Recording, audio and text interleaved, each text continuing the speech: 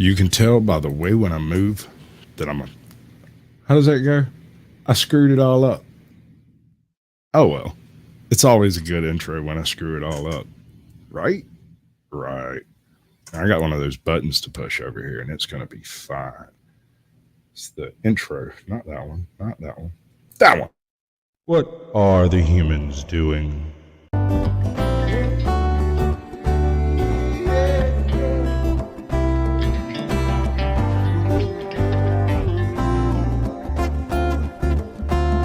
Do you think you're ready? Can you handle the truth? Or are you in denial and demanding more proof? They demonstrate in real time how they're spinning you lies, but no one pays attention, no one opens their eyes.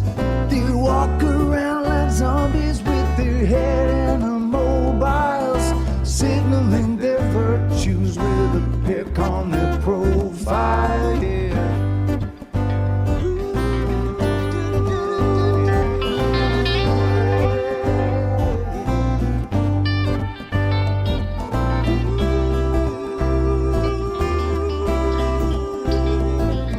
Signaling their virtues with a pick on their profile. So if you think you're ready, you don't need more proof. Conspiracy deniers are denying the truth. They fabricate our problems and pretend to provide the best solution, but we all know they lied. They lied about the weapons and they lied about health. They lied about the fact that they're transferring the wealth. You should really notice how they're pushing the fear. Keep everybody terrified and not thinking clear. Yeah. Everybody's not thinking clear. Yeah. Keep everybody terrified. Yeah, thinking and not thinking. Keep everybody terrified and not thinking clear. When you do, you realize that this is a trick. It's getting really stupid now, they're taking the mic. Said, do you think you're ready? Can you handle the truth? Or are you in denial and demanding more proof? They demonstrate in real time how they're spinning you lies, but no one pays attention, no one opens their eyes. They walk around like zombies with their head in the mobiles, signaling their virtues with a pick on their profile. Yeah. Signaling their virtues on their profile. Hey. Oh, Sasquatch? Oh, yeah, he's like the Sandy Waxler of YouTubes.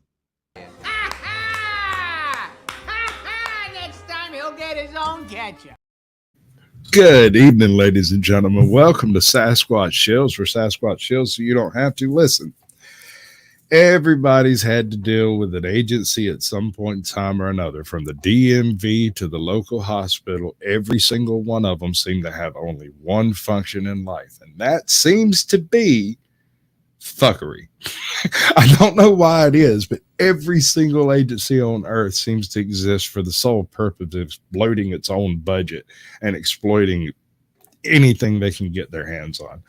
I have a guest backstage. His name is a Veterans Affairs, and we're going to discuss this whole concept here because it's basically a shit biscuit and you get fed it.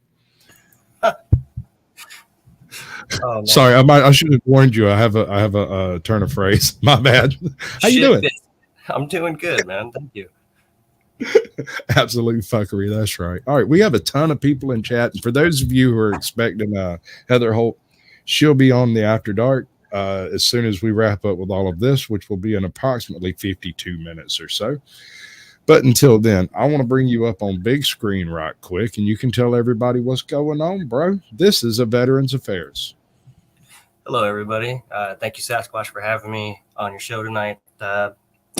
So since I've been in the VA system, I've been getting stopped from my healthcare.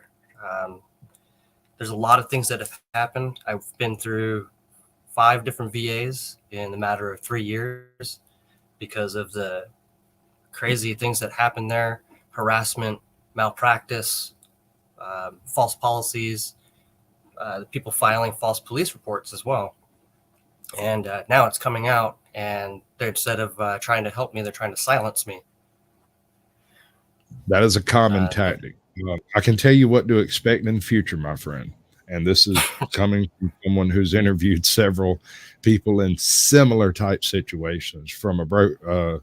Oh, I can't remember his name. He's going to be so mad. I can't shout him out if I can't. A broken trust, broken justice, broken trust. I can't remember the name of the channel. It's killing me. Anyway, broken system, broken trust. That's the name of it.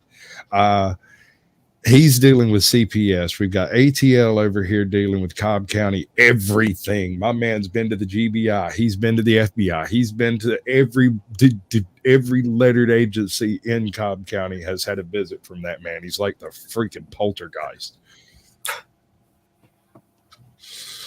We got a whole pile of people in chat. You want to say hey to them, or do you want to jump right into what we're doing here? I'm not on my phone or anything, but I can see a couple of I don't. All right, let me make a way I can open up this chat. Yeah, let me make it run. Oh my God, so many people. We got 34 people in here. Cold Creek Croft gets the gold. Loose Cunt, you got me to say it, gets the silver. And John Denicola gets the bronze. Welcome in. We're still looking for our participation trophy for the night, and that would be the best silly name that I see. We got SOS in here. We got Keeper of the List. It's always good when she shows up. We've got Keeping the Swine in Line. Heather Holtz decided to join our own chat. That's neat. It's like some kind of streamception going on. We have Anon Mouse and JC News Now. Welcome in. Joe Coke, what's that? KS Cop Watch. Good to see you, bud. It's always good when you come by. Gravy has showed up. You know, I like gravy. I do. Some nice mustard biscuits. Thank you for coming. You're hilarious. Well, Dennis Bowles is in my chat. We have M's Mad World. That's a previous guest. Bosco and George has showed up. Hello. How are you doing tonight? It's good to meet you. I don't believe I've seen you before, but we will definitely become better friends. Yeah, I'm going to grow on you like a fungus, bud. I hope you're prepared for this. Robert Wolf II. Good to see you, bud. Trying to catch everybody. And they're talking faster than I can scroll down. Which Firm Audits, welcome in, bud. Good to see you. Hey, be cooler if you was in my chat, though. New York Outcast knows what's good. He's over here with me. That's right. Gregory, welcome in, bud. Turn him in. We're getting there. We're on. Jack off Jack Omega. Okay. Hit the like, folks. That's what you should do. We got Tiffany's Epiphany in here. Good to see you, girl. Did I miss anybody? 420 somewhere. Damn right it is. XGOXX. I bet that everybody thinks that's a bad naughty channel. All cops are terrorists. Okay, we have our participation trophy of the night. Congratulations, bud. Welcome in. It's good to see you all. All right, I think that catches Judy Who. That's right. That does it. That's the one. She's the one. All right. So take us back. Before you started your channel. Now I specialize in YouTubery, right? And you've got a handful of videos that are available for anybody to go check out. And I'm just going to let a couple play in the background while we discuss this whole situation. All right. Before you started your channel, you were already having some issues, right? Yes, sir. Okay. Did you start your channel expressly because of the problems you were having with the VA, or did you have a channel functional before that? So that's a good question. I didn't have a channel. I made a YouTube to release the videos that I do have now, like the actual footage ones, because I didn't know how to make all the words and the pictures and stuff previously. So when I released those, I took them down originally because I thought that the chief of staff was going to do the right thing and help me out. But instead, they threw me even further down the shaft. So that's why I'm putting it back out there. Not from the beginning, but to where we are now. The reason why they're up is the whole reason why this whole man. It's sorry, it's confusing. Yes, sir. Take your time. No rush. Yeah, they We silenced can do me. 3 shows if you want to. Okay, just take your time. Roger. Yeah, so I was already having issues at the VA. I made some reports, and those reports got back to the actual people that I was reporting. That in turn created retaliation. I reported the retaliation. That created even more. They sent. I was sent away from that VA to a different VA, so that they could get rid of me and not get rid of the problem. By going to a different VA, the problems only followed me. They never changed. So I was already having behavioral flags put on me because I had started speaking out. And the behavioral flags are how they get to control you. If they can throw a flag on you for your behavior, they can get the cops to sit on top of you, so you can't do anything. So that's how they started to try to silence me, because it's hard to explain without like you guys being able to see all the videos or see what I saw. I understand. Let me help you out with that. Most of the people in these 2 chats that we've got running right now have seen a very similar pass the buckism take place in a different department, a different government position that had power, that decided to flag somebody and make it more difficult for them to function in their life. That's where you're at. By them flagging me, they stopped my care. And I was trying to tell you before we started that the VA, when I first started, was great. It was awesome. I was seeing sunshine and rainbows for days. And then I got assaulted. And when I say I got assaulted, I was getting an operation done on my back. I was in a wheelchair, and I was doing ablations, which is where they burn off the nerve endings inside your spine. Right. Try to break up the pain value. Yes, sir. I had a broken back many moons ago, and luckily was narrowly able to avoid that surgery. Man, I'm glad you did, though, because it's interesting. What I'm about to tell you is that the VA has a policy to where they don't have to sedate you when they shove shit in your body. So, son, ow. Yeah, so that's what I started to speak out about, was the barbarism. And I had to do it 3 separate occasions, 2 doctors. Okay, so one of the doctors did it to me twice. The third doctor, and I don't care whoever hears this, I cried. Okay, when you have to feel an 8-inch pipe, multiple of these being shoved into your back, you're gonna cry, man. And especially when they don't sedate you, you're gonna feel it. And I started crying, and I begged them to stop. And instead of stopping, they turned the volume up on the radio to drown my cry. Oh, you know, it's funny. They make psychologists get psychoanalyzed before they can practice. Maybe they should make a surgeon get cut on or shot. I mean, they do it for tasers, right? If you're going to tase somebody, you might as well feel what it feels like. Oh, yeah, I got tased long before I had a chance to tase somebody. But that's what I reported. And by me reporting that made me a target, all right? Because they don't like it when you start talking or when you start advocating. That's the key word. When you start advocating for yourself, you become a deadly weapon. To a organization, yes. And it turned into a major freak out. I mean, those of you that have seen the videos, it's horrible, you know. And this was even before I had a camera in my hands. That I spoke out, and instead of helping me, they sent me away. One particular time, I don't mind talking about this. I was at a place called Menlo Park. It's where they also experimented with. I don't know if anybody's seen the movie Men Who Stare at Goats. but the Blue Haven was the building. That's where I was at. And they called it a PTSD program, but they have a bunch of veterans locked into these buildings, and they didn't let us out. Oh, that's terrible. We were there to get help, and instead of helping us, they locked us away. And when I started speaking out about the way that they were treating everybody there, they put me into an even smaller room. This time it didn't have a window, so it was a closet, basically. They stuck me in a closet, and they locked me in there for a week. Oh, that's fucked up. I'll be honest with you there. There's a couple of times I probably should have been locked up for a week. Yeah, that was just for talking. I reported somebody, and then they packed up my room and put it into a different room and said, "You're going to stay here for the remainder of your time." Oh, that's fucked up. So I had to leave, but I promised those guys that I would tell their story when I got out.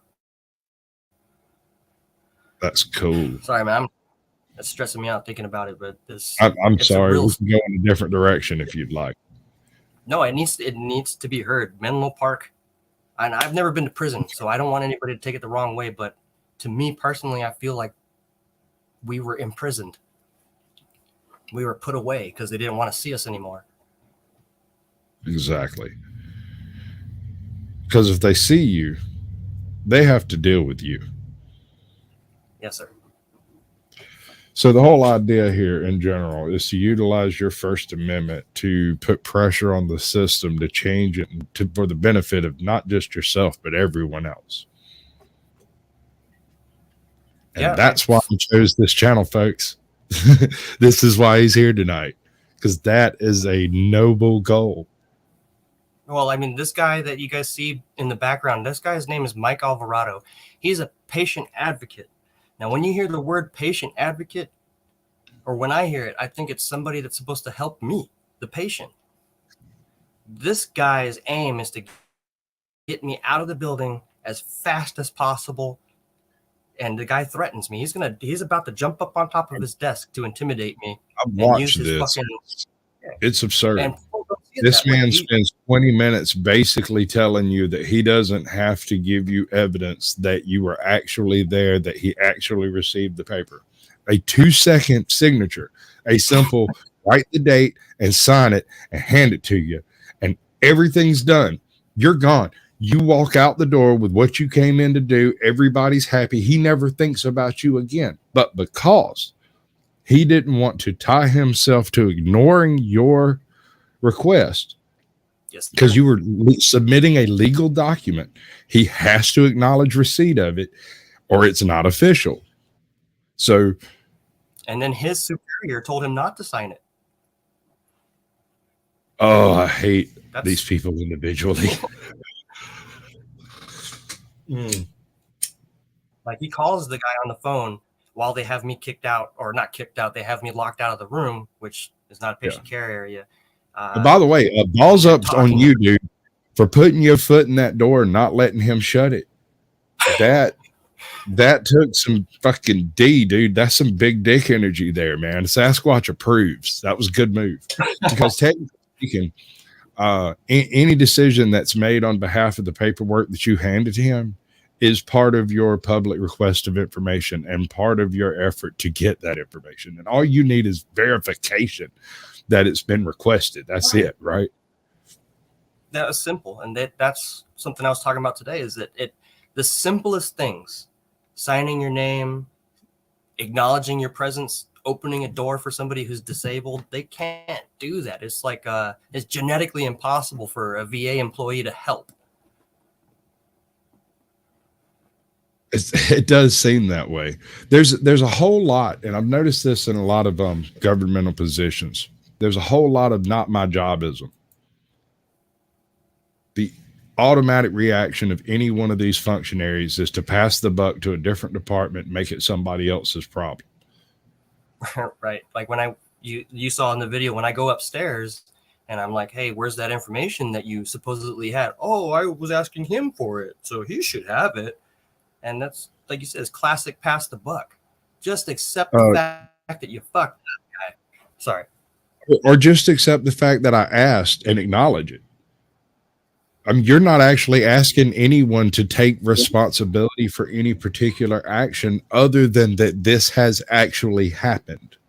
I was actually here. You were actually here. And we actually discussed this piece of paper. You sign it. I'll walk away and we have no issues. Right. But they want to make issues because I don't know if you saw the lady in blue situation, but they purposely try to agitate me and make me mad, so it gives them a reason to throw the cuffs on me. Yeah. And if you got a little hairy there, you did, but you handled it well. You regrouped, you reloaded, you sat down, you got a breath, and then the cop showed up. I think he was a cop, showed up. I don't think he's ever actually on camera, but for a split second. And y'all had a little talk, and he was like, all right, dude, we'll see if we can figure it out. And homie never did sign the paper, did he? No, not that day. But I had to come back and did another day. Right. Because and the that's video the part after that this pisses me off. I don't want to go back to that building. I'm okay. Long story short, from the beginning to where we are now, I am legitimately in fear because these fuckers follow me around armed, all right? And they make me lift my damn shirt up when I come there. I'm not the threat. Exactly. How does one you're good. No, you're good. You're good. I have a lot of veterans in my family. I have a lot of friends who are veterans. Some things stress people out in different ways. You can never predict how that's going to happen, but I imagine having armed men around you is probably not a real good trigger point, is it? No, I mean, it needs to be shared, but at the same time, it's very upsetting because there's a lot of things that I wanted to say at those situations, and I had to eat my words a lot of the time, but it's better that I did instead of really lashing out at them. I could have been taken away, but I apologize. I'm not trying to ruin your show, cussing all this. You go ahead, dude. Let me cover this real quick. Shit, fuck, damn, cunt, piss, chat. Have I missed one? Let me know. We'll get it covered too. Just go ahead. You tell your story how you see fit. You made a YouTube channel. This is the reason you made the YouTube channel, was for people to see it. We have 36 people in here live right now, and every single one of them is not only interested in your right to film what's going on with you, but your right to have the proper medical care given to you the way it was supposed to be, the way things should be. And there might be a couple of assholes in the batch that want to be a troll and come fuck with you. It's possible. But we got a pretty good crop over here, and I trust Heather Holt a lot. As far as who's in her chat, dollar bills, son. So just in the most comfortable way possible. Don't stress yourself out. Just tell them why you made your YouTube channel and what you hope to do with it. I made the YouTube channel in hopes of getting help. I mean, I am getting help now since I made the channel, and that's a positive. But my main goal with doing all of this is to show other veterans that you are allowed to do this, and that what's happening to me could be happening to you, and it needs to stop. And we need to work together like a team, like we were trained to do, and stop this enemy. Another point I want to make is, if it can happen to him, it might be happening to your son or your brother or your daughter, and they're not quite as touched in the head as the people seem to want you to think, that they're just actually having issues with the system itself.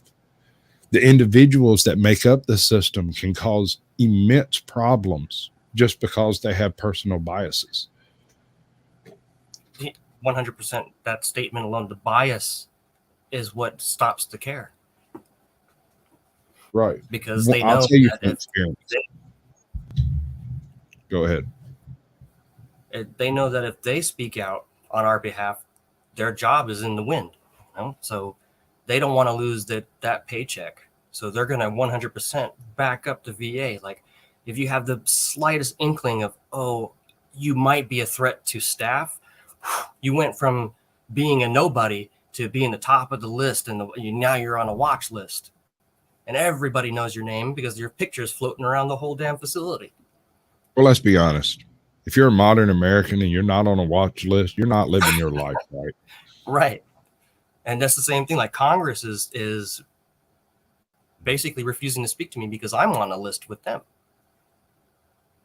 Well, it's not hard to get on those lists either.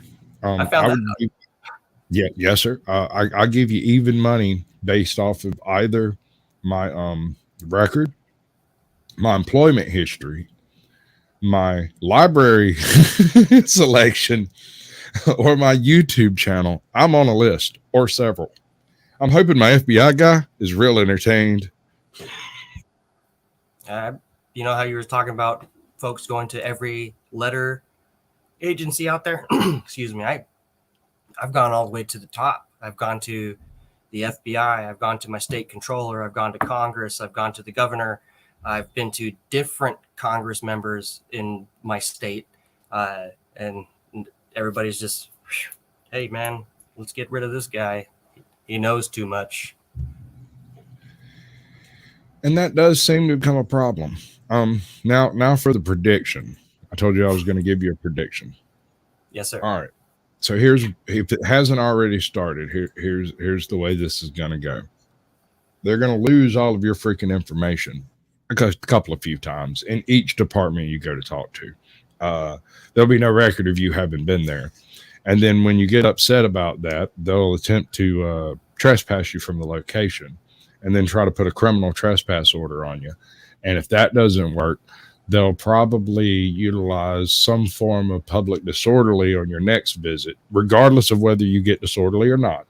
And all of this is designed to impoverish you to the point where you cannot actually make a decent legal battle back. It's called lawfare, and it is utilized by every arm of the federal and local and state governments. Lawfare. That's a good term. So it would be really handy if you could try to find. I'm assuming you've been advocating for yourself.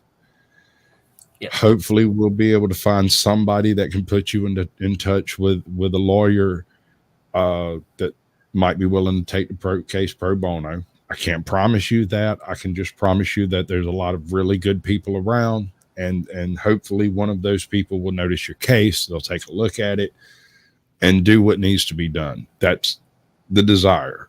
That's the hope. Yeah, I hope so too, because federally, no one's going to do anything to anybody. And I know I'm probably giving you guys this information ahead of time, but the next video, you're going to see how I became a killer from a false narrative. Is this Officer Torres attempts to violate a veteran? That was the last appointment that I ever had, but that's the lady in blue. Is that the very first video you did?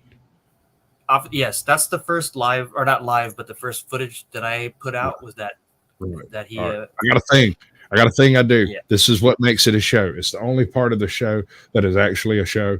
The rest of it is just us talking.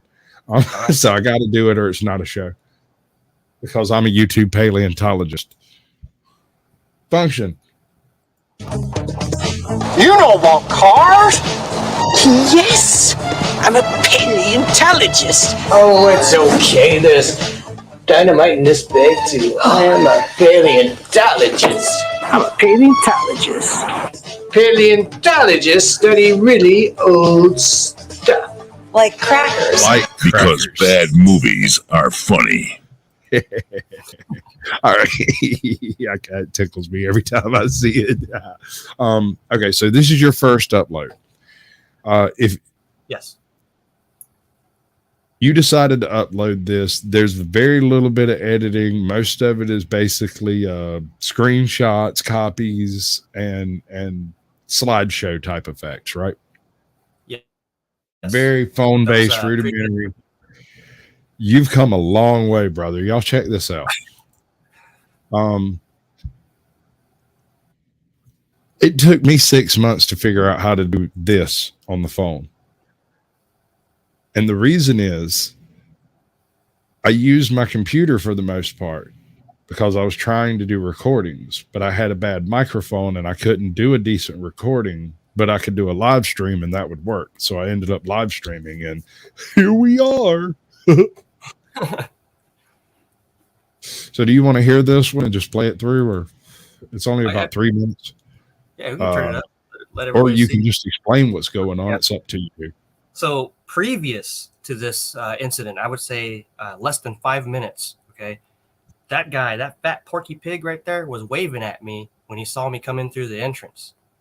And when he was waving at me, he started running over to his car and gunned it. He was coming after me. There was nobody else in the damn driveway, and I floored it. And I went to this parking structure and parked as fast as I could so that they couldn't get a traffic violation on me, right?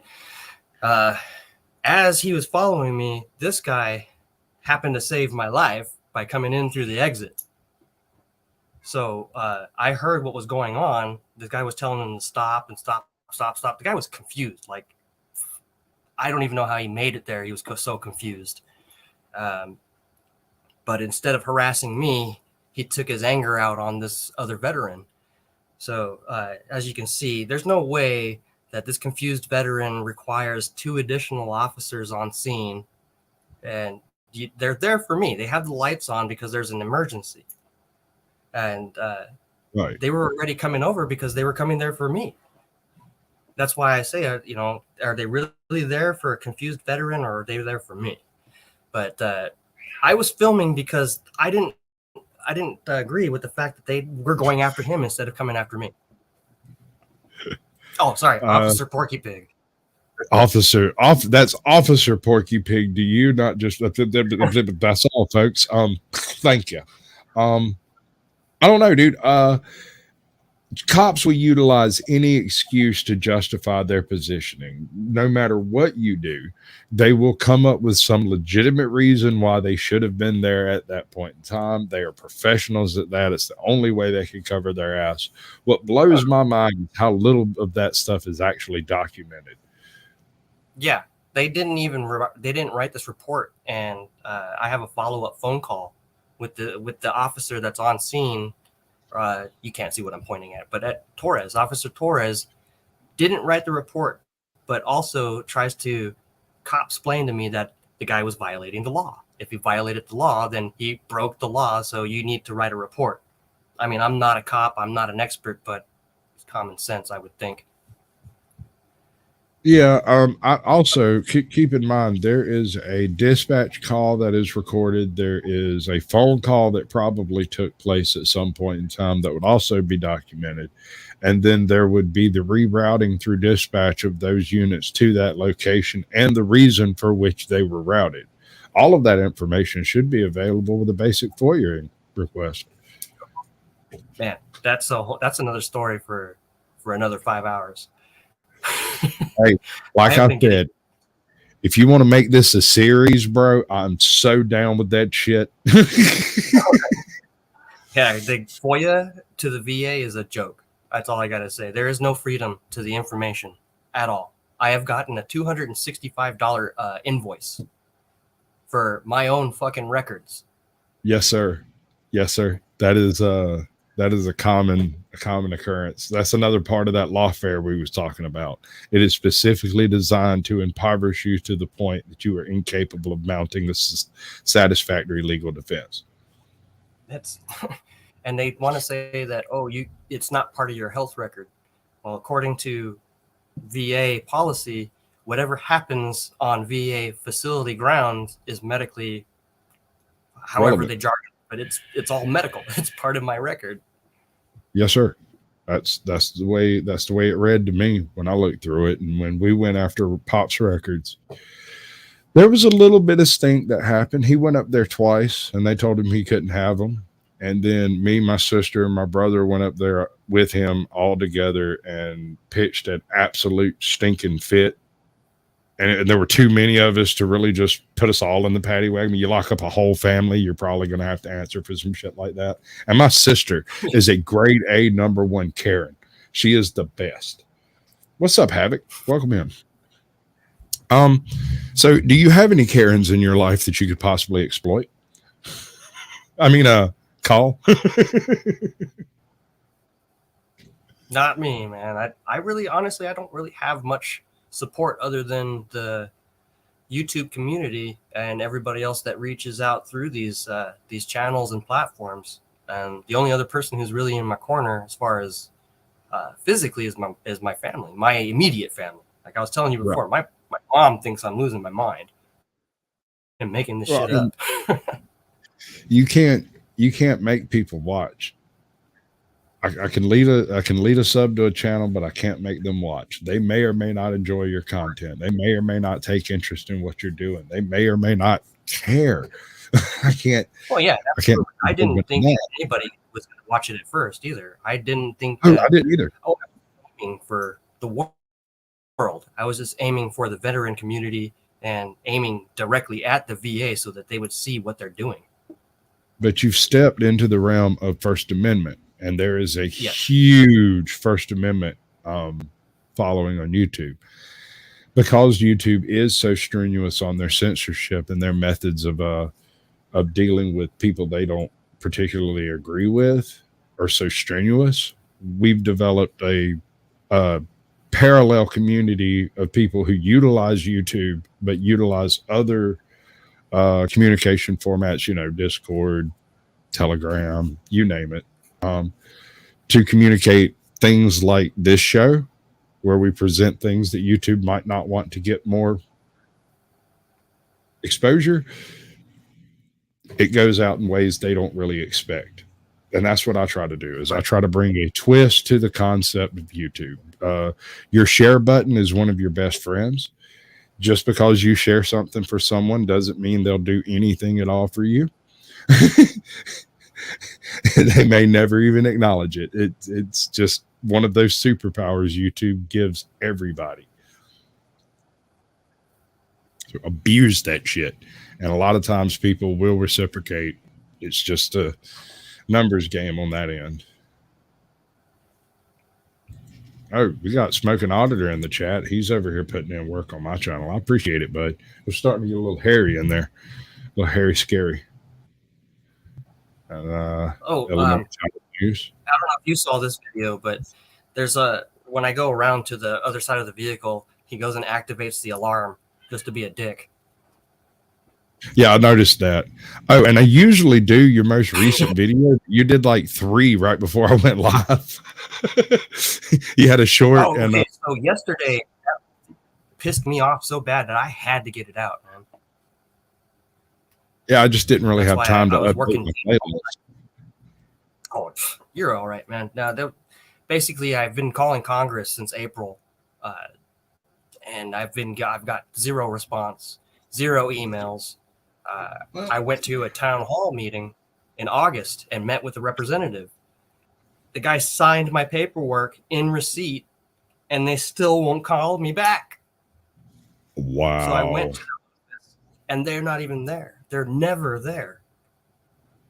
That door is locked all the time. I've been there about 5 times now, but I've gone in the morning. I've gone at lunch. I've gone after lunch. I've gone right before what I would think would be close of business at 4:30. They're never there. They're doing that teleworking, man. They ain't got to be there. They can sense through the force how you're doing. Well, it's like, what if you have immigration issues? And that's your district office. Like if when I was there, there's forms on the door, but there's nowhere to turn it in securely. This place is that my Congress office is a joke. Hey man, I think that's pretty much everywhere. I'm not sure exactly when the federal government checked out on the whole governmenting thing and decided that they were just a money laundering institution. But yeah, they might as well be the mafioso currently. Yeah, I didn't think about it that way. Yeah, that's definitely a money laundering system for sure. Absolutely. Somebody's making money. And all that budgeting, the 50 grand or almost $50 billion a year that's being spit at the VA, where's that going to? We don't have new equipment. We don't have new floors. We don't even have a TV in the ER. Not saying that it's required, but we got a broken TV in our nice, right? Like At least something we can hook up our Bluetooth to. Come on, folks. Are we not in?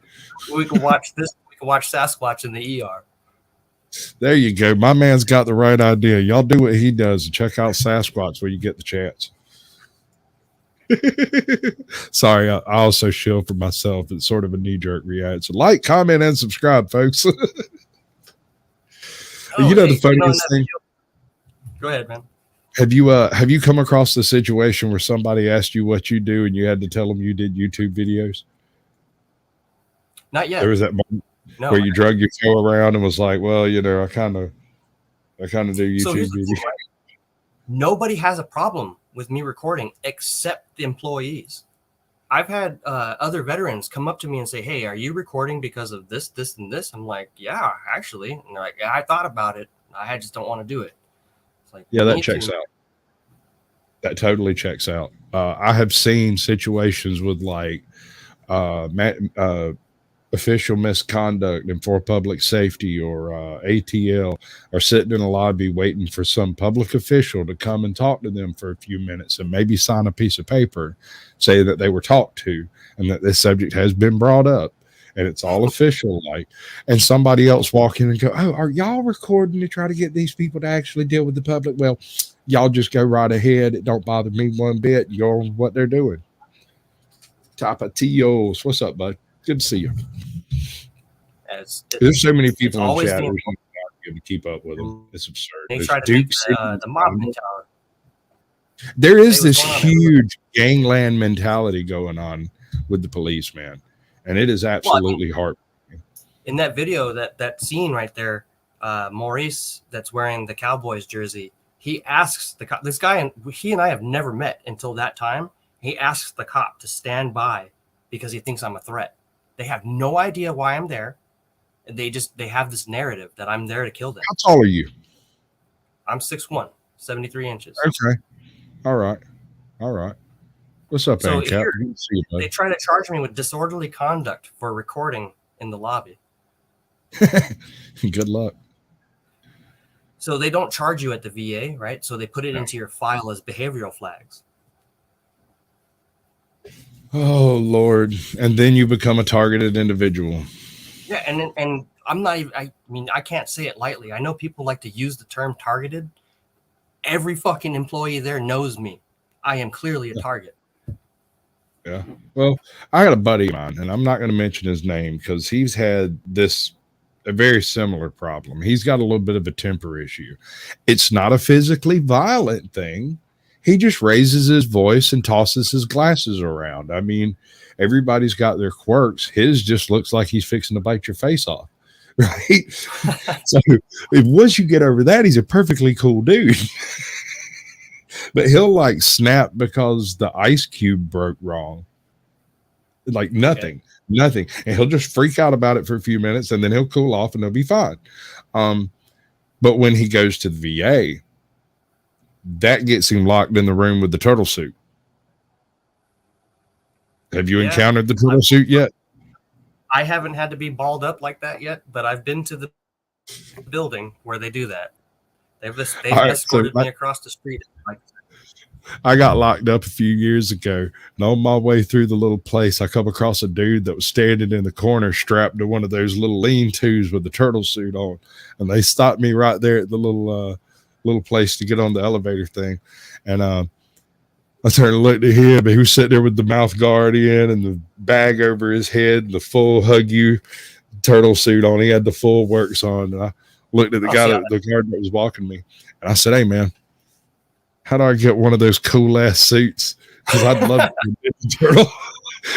he sat there, he gritted his teeth. He's like, "You don't want to be in the turtle suit." I said, "A pair of nunchucks and some spray paint, you'd never find me. I'd be a ninja."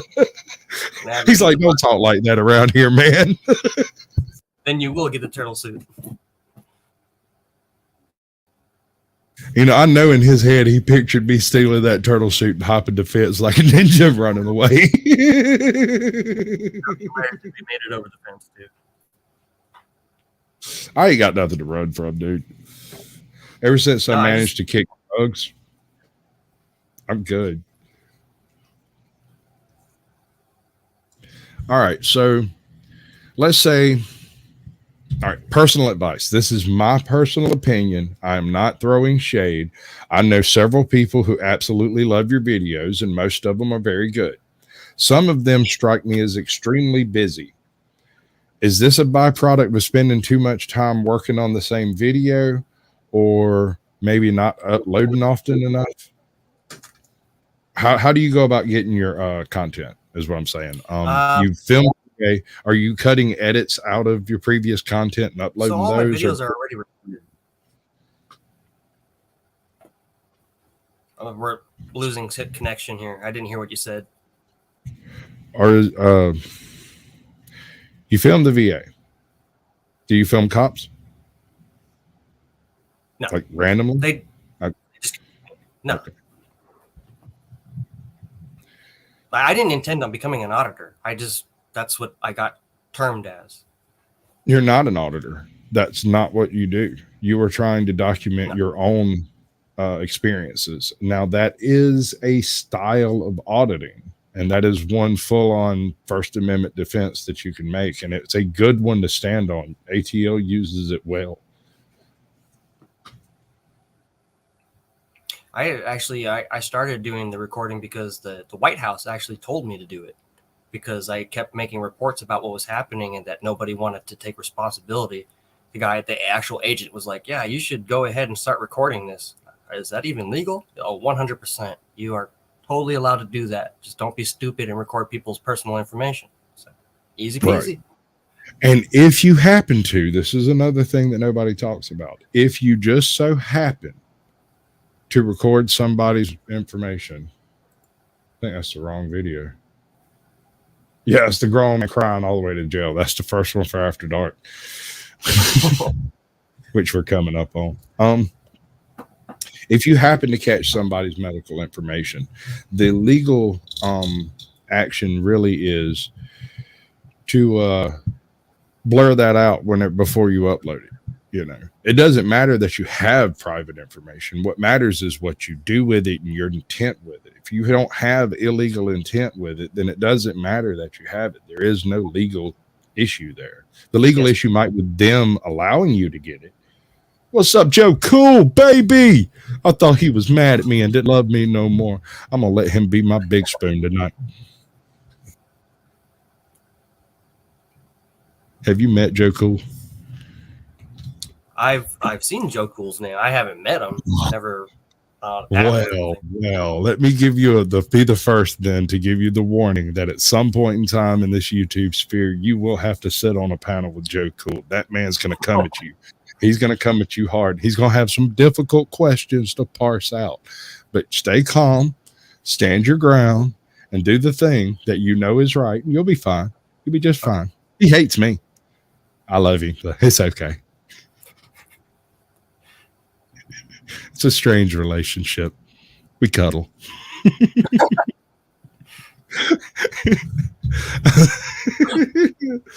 Okay, all right, I'll stop. This show is you're hilarious, dude. What's that? I was just saying you're hilarious, but I'm laughing. I don't really laugh much. I'm not actually a comedian, but I play one on YouTube, and I did stay at a Holiday Inn Express last night, so that might have something to do with it. Yeah. Or I could blame the Waffle House coffee. That's also possible. I'm pretty sure that's where they hide the crack. Yeah, we need a Waffle House out here. I could use a couple good midnight fights. Yeah, no. I got a homie up here. Got a job at the Waffle House a couple of weeks ago. I'm sitting in there hammered drunk one night, and he's like, "Hey man, I hear you come in here an awful lot." And I'm almost drooling on the counter. I'm like, "Yeah, I'm in here a lot." And he's like, "You got any advice?" I said, "Bulletproof vest. Get yourself a bulletproof vest. It'll be great for the clout. There'll be excellent videos made about it. You'll be famous." Now bring me my damn coffee. So I got a question for you and your viewers, so that you guys aren't left out of context for my next video. Is everybody aware what airsoft is, or a paintball? Yes, sir. Do you think those are real guns? Just No, by definition, they are not firearms as defined by the Firearm Act. So, no. Right. And they don't, like a paintball gun has a hopper on top, right? It doesn't look like a like that. So I play paintball and airsoft. My primary care doctor used my pictures, my personal photos, and this is going to lead into the video that's coming out next week. She used those to create a narrative of me being a killer, and started passing my photos around and made a police report that she felt uncomfortable that I could be allowed into the building when I'm allowed to have guns. That's how the whole police happened. That took my care away because of this psycho bitch. I mean, this doctor. No, you're fine. Psycho bitch works under certain circumstances, allegedly. An alleged psycho bitch. This is a Veterans Affairs. I don't have any further name on him. We're discussing his problems he's had interacting with the VA, kind of hoping to maybe get his channel a little bit of a punch to try to get out to at least somebody who knows what the hell's going on somewhere near his district. That would be really cool. If not, at least some more support on YouTube, because I dug around looking for a channel like this. And John Denicola, you brought up a good point there. All right. Yes, she violated HIPAA, but the union and the VA are protecting her. They will not do anything. They claim it's hearsay. Right. Criminalized for being family had the same problem. By the way, her mother died 3 days ago. They finally laid her to rest just a few days ago, and she is absolutely distraught. I haven't seen her upload nothing since the post that she made right before her mom died. I think she took it down. She's very, very distraught, of course. I mean, makes sense. Gravy, Mr. Gravy, I went to Congress yesterday, and you heard it for yourself, man. Legislation doesn't do nothing. Legislation does take time if it goes through and if it's enforced. That's really the catch. The person I spoke to from Congress's office in D.C., they told me that at the legislative level that they couldn't do anything to help me. And they couldn't even contact the office that I was at knocking on the door to open the door. They got full blocks on you, bud. It's a hard situation you find yourself in, and I'm afraid that only tenacity will see forth. You're gonna have to suffer through the observations of these freaking tyrants, and they're going to dig through every aspect of your life, and they're going to try to criminalize everything they can find to criminalize about you. Yes, my only real advice is live a right and virtuous life. That's really your only hope. Don't fuck up. I'm a little stressed out sometimes, though, because, I mean, it could be paranoia, but the last time I was at the VA where you saw those two police officers treating me like trash, the Torres, he followed me when I was leaving the facility, followed me to my vehicle, and then followed me off the property. But at the same time, I mean, it could be paranoia, but I saw him writing something down, looking out the window.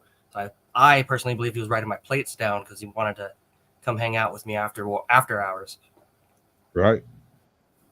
No, that's right. That checks out. That lines up right with the usual standard operating procedure. First, they have to get your plate so they can identify your vehicle, so that they can track your vehicle's movements and know that you are associated with that vehicle, right? Later, or maybe they already have come in and caught you physically in that vehicle to get your ID with you in that vehicle, which is basically just corroborating evidence for a later case. It might take 10 years for them to lay all this out. Yeah, I'm whatever they want to do, that's fine. As long as I expose what they're doing, I am ready to take the heat. Like I said, right and virtuous. And that's one of the reasons why I came to talk to you and tried to get you here. And I know I'm kind of a creepy dude, and I come in kind of hot. I know. Oh, you got a beard, so we're good. Right? Yeah, that makes me a correct and righteous person. So we check out. Hey, man, you know what you did? You did a show. Oh, hey. How long Whole have we been thing. playing? 54 Oh, hey, minutes. Figure by the time we finish these two sentences, it'll be 57. We'll have it wrapped up by the end. Well, I hope nobody gets offended by me saying fuck and shit. Oh, well, fuck them and shit. I didn't mean to offend them, and I'm sorry they got offended. But I am not sorry that I said it, and I'm not sorry that you said it. And for anybody out there in YouTube land that has an issue with that, you can check. Okay, all complaints go to mandatory carry. That is MAND something. Yeah, mandatory carry. Just go tell him all my complaints. So if you got an issue, he's the one that runs the whole thing. I promise. Cross my heart and hope to lie. I die. One of those things. All right, you got anything you want to tell everybody before I sign it out? You do. I do. If there are any veterans that are watching that haven't or that are experiencing similar situations, there's other people that are out here that are experiencing the same things you are. You are not alone. Reach out to us. We want to help you. We want to share your story. We need to stop this war. That's it. Oh, I'm sorry, I'm muted. All right, bud. I was about halfway through a sentence there before I realized my mic was muted. I appreciate you coming in. I'm going to drop you backstage for a minute. You don't have to go anywhere. You can stick around, or if you're busy, you can go. I'm going to drop the link in chat. I'm going to play the outro bit, and then I'll bring everybody up and we can all have us a chat if anybody wants to or not or whatever. I appreciate you coming in, bro. It's good to see you. All right, so that's the end of Sasquatch Shills. That's another channel in the books where we're hopefully going to make some kind of tiny difference in somebody's life somewhere. Maybe him. It would be cool. I think so. I love each and every one of you like a brother and a sister, but you know how it goes. If you give me any trouble tonight, I'll run every goddamn one of y'all off of here. It's supposed to be the Freakazoid outro. 3, 2, 1.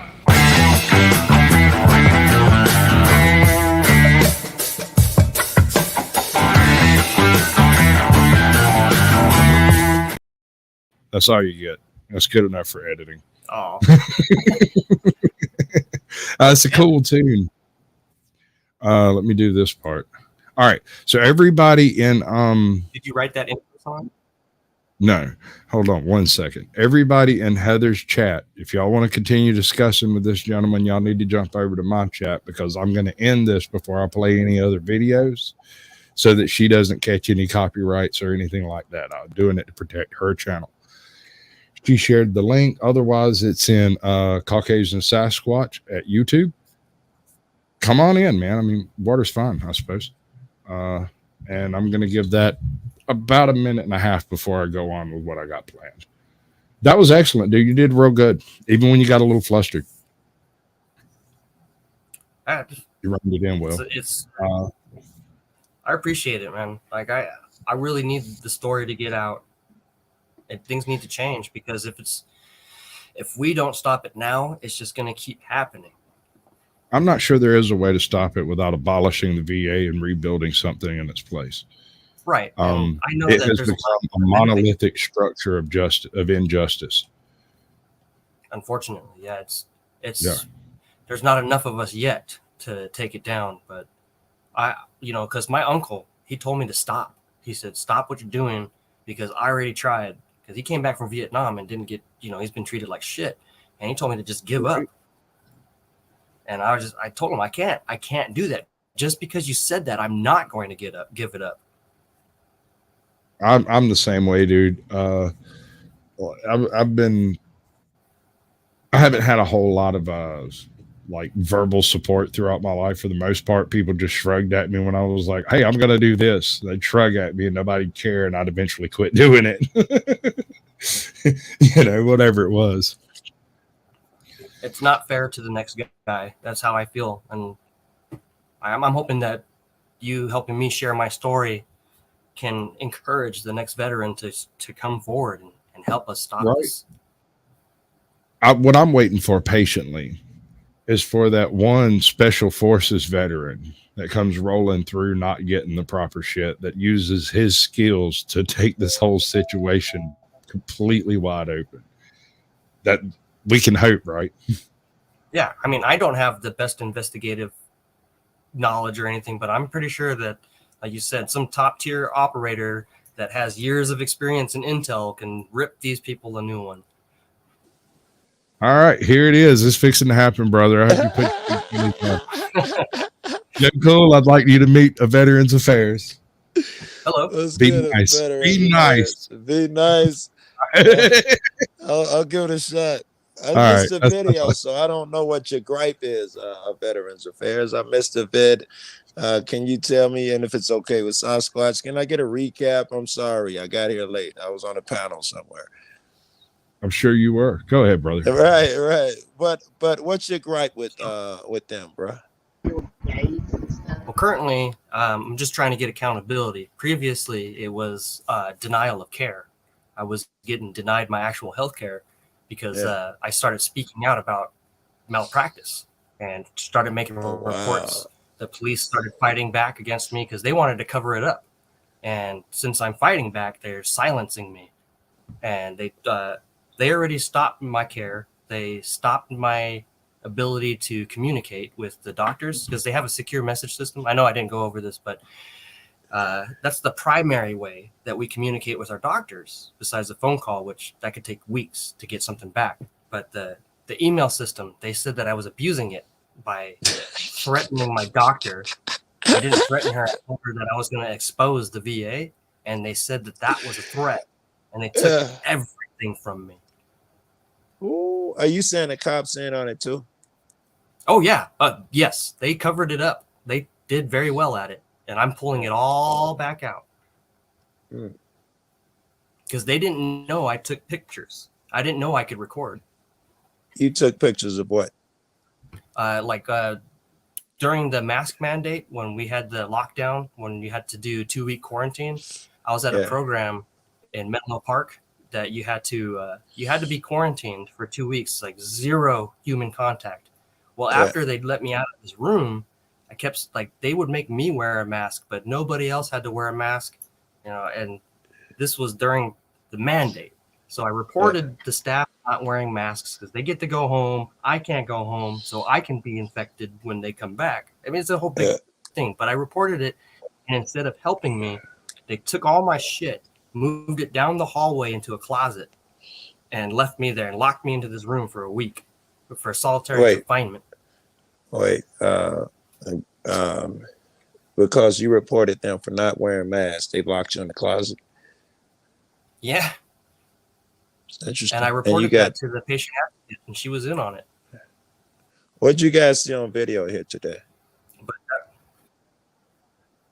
We watched it. Well, I didn't actually do the volume on any of it. We were discussing the channel. Okay. Well, you never know what might be in the audio, and sometimes copyright pops out of audio for no reason at all. So usually when I'm doing a Shills, it's muted. I hear what you're saying. Would this be one of your vids? Veterans Affairs, would this be one of your vids that we're looking at up here? Oh, no, this one's not. This was set up in case anybody came up on panel. I was going to play some, this guy gets arrested and cries all the way to jail, like a little baby. And I thought it'd be funny to watch, but we're having a lovely conversation and we can continue doing so. All right. I mean, it's a whole mixture of things. The malpractice situation was, instead of sedating me, I had to feel, I had ablations done on my spine, and they burn the nerves out of your back, but they don't sedate at the VA. So I had to feel everything. No, stop it. Cut it out. Stop it. No, I'm going to come on. And they told me I that was asked by my friend here to be nice. Wait a minute. You're telling me an ablation, which means they either cut some shit out or burn it out. They burn it out. And they opened you and burned some shit out. Maybe I should fucking Google ablation first because I'm picturing some fucked up shit. It's like they take a basically one of those endoscopic tools with like a tiny little laser or a tiny little thing, and they snake it in through some small hole. But then the spot that they do the ablating on and the time they are doing it, it is heinous. I had to do that 3 times. So That was the only thing that they could give me. That was the only modality. I get the modality, but they could have fucking numbed you up first, right? It seemed like they're opening themselves up with that shit. That they told me that by policy, VA policy says that it's doctor's discretion. Interesting. What else you got on? Where are you? Where town you at? I'm on the West Coast. It's only I'm in 6 Colorado, but I film too, and you know I travel a lot, so I'm in Colorado right now. If you were anywhere near here, I could probably come help you out. We could film together or something. But fuck that. I think you say you're on the West Coast. Yes, sir. Yeah, that shit's expensive as hell, bro. Yeah, it is. You can travel I know anywhere, but you got to save up when you go out there, bro. Otherwise, you can go any place else on a budget. But when you go out there, yeah, it's expensive.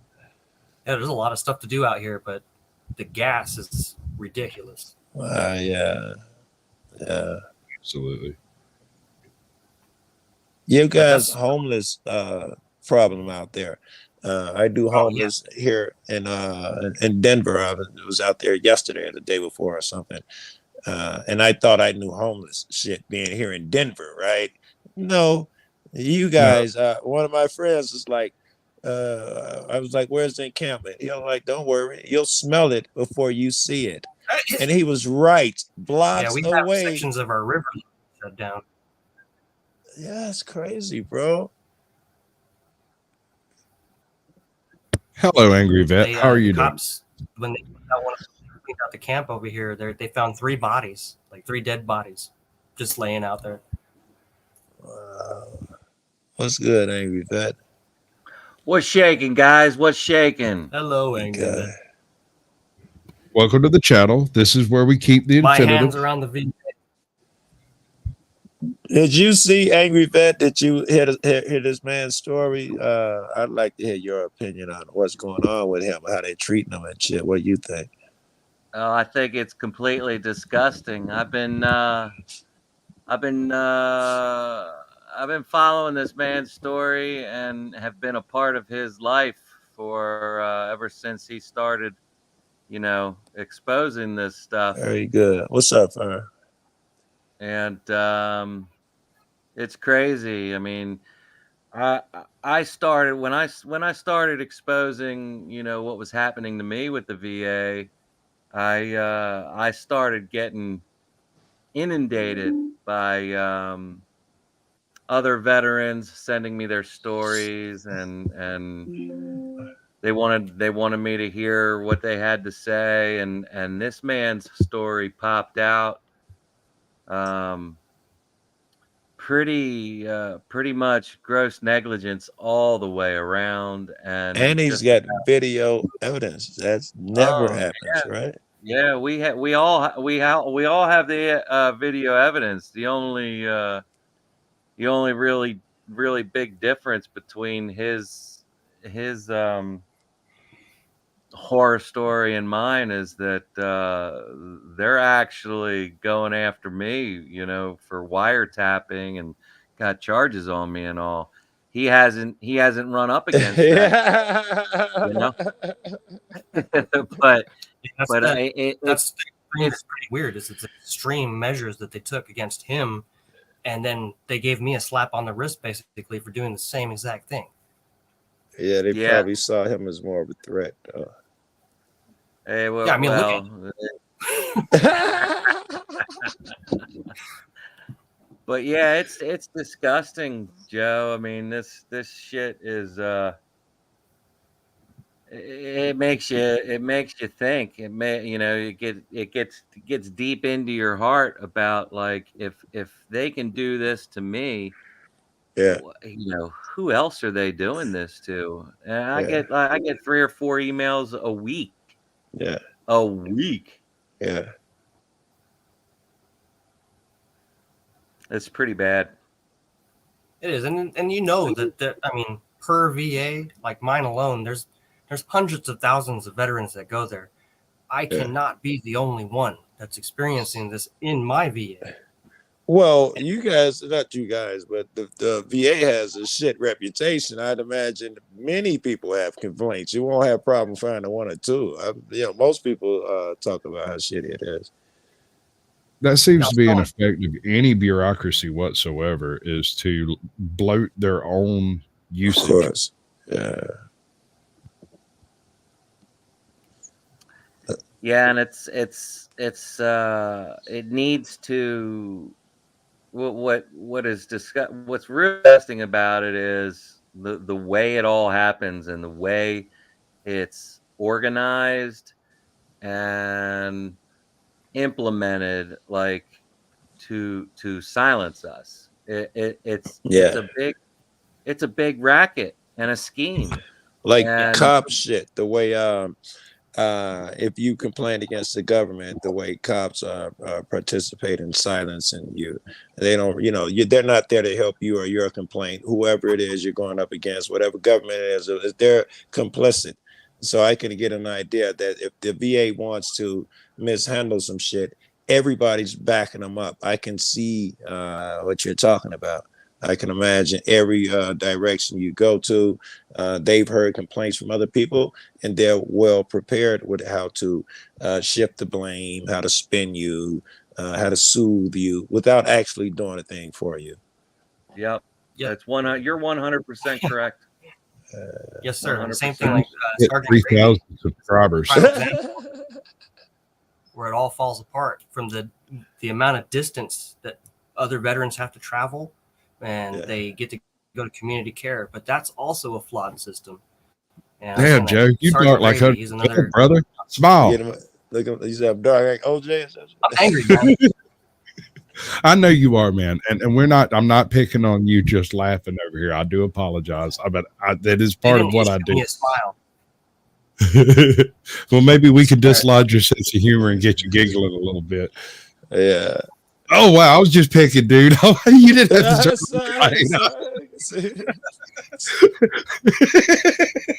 I'm just playing. You wonder why I left last time, right? Oh, okay. See, you be picking on me. That's why I left. But I love you, Joe. I wouldn't mess with you if I didn't love you. I'm just fucking with you. I thought that was hilarious. the VA. I thought you were mad at me. No, motherfucker, I'll be mad at you. I'm sorry, guys. I don't think that anybody should film at the VA that isn't a patient at the VA, because then they're gonna probably try to put the maximum that they can on you. And I think that the angry vet and myself, we have a foot in the door because they really can't do anything to us that they haven't done already. Good point. Both good points. I would give you a little pushback on if it's legal for anyone to film in there. I'd like to see more motherfuckers in there, but you got really good points. You guys already got a foot in.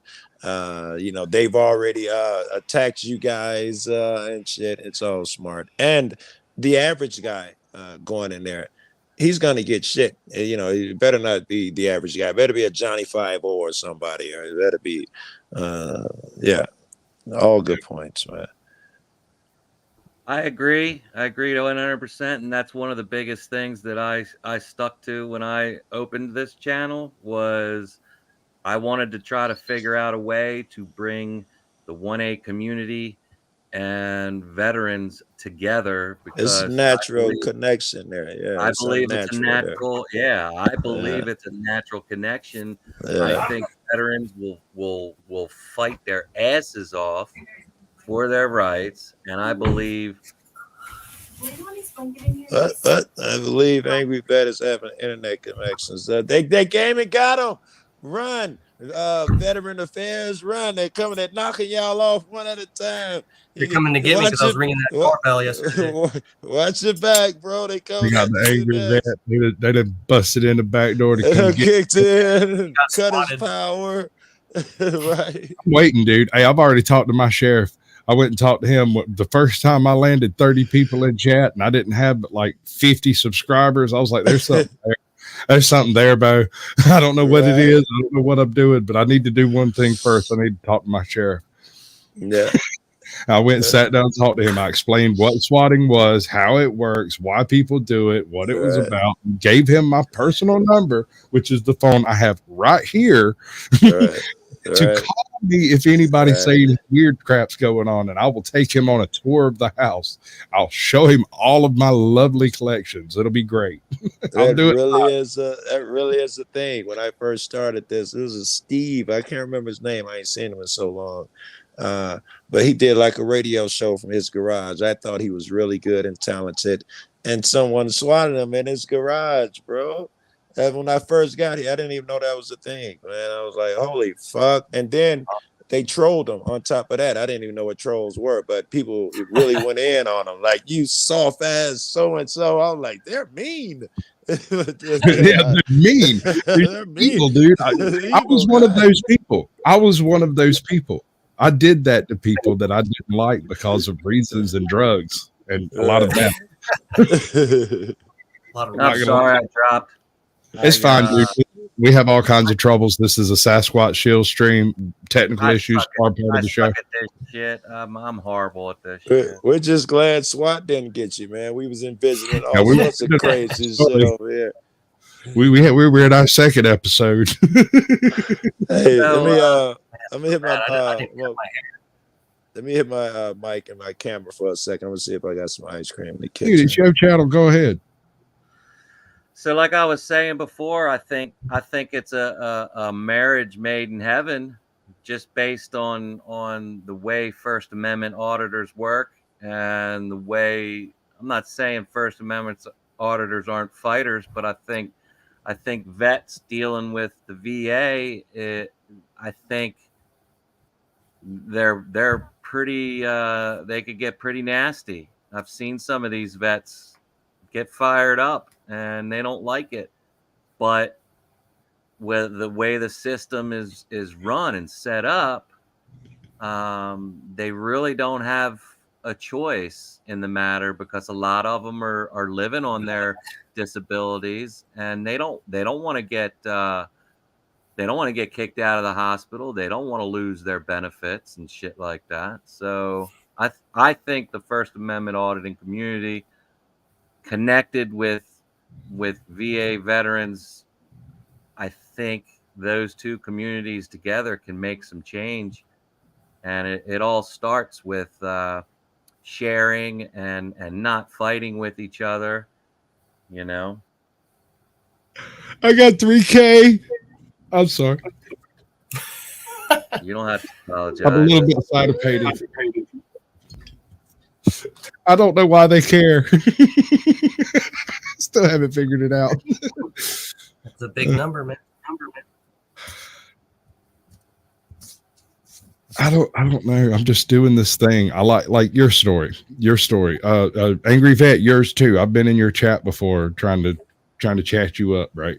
So like your story, it needs more exposure too. And that your whole angle is just absolutely brilliant as far as the way you go about bringing it out. I mean, you're just pissed off with the whole system, and you're pissed off at all the systems you're pissed off with. I fucking love it, dude. Yeah. I can't take it anymore. I can't. It's like, where does it fucking end? Like, where do your rights meet? Where do your constitutional rights merge with like your self-preservation and your physical and mental health? Like once that starts fucking getting all fucked up, I mean, do you lose all your rights? Like, what the fuck? I hate red flag laws. Pardon my language. Yo, dude, fuck, motherfucker. Okay here. This is Sasquatch Show. It's all 18 plus. There's nothing here that's under 18. I'm not going to censor you. One of my mods might in chat if it's something that might threaten the channel, or if you suddenly were to start like trying to pee on the desk or something. Allegedly. I might take you down. Do that. Just saying.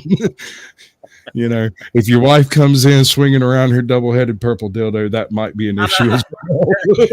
You should have saw Brooklyn Audit Drive the other night. I I had hope to you tell got him good.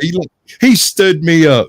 I have a bone to pick with that man. He stood me up. He put the whole thing together. We chatted up the whole 9 yards. I scheduled it. He said he'd be there. And then he went to the fucking gym and live streamed. But hey, you've been shit on by Brooklyn Auditor. You've been shit on by the best. Joe, that is a beautiful sunset, brother. I'm trying to show it to you, right? Thank you. I appreciate that. Let me get that on the big screen. Wow. That is beautiful. I'll taste to that. Here's to you and here's to me, and may we never disagree. But if we do, to hell with you. Here's to me. And the moon's gorgeous too, man. The moon's massive. It don't pick up on there. That moon is massive too. But yeah, we had the best fucking sunsets in the world out there. Joe, cool, baby. I want to whisper some sweet nothings in your ear. Why you so mean to me?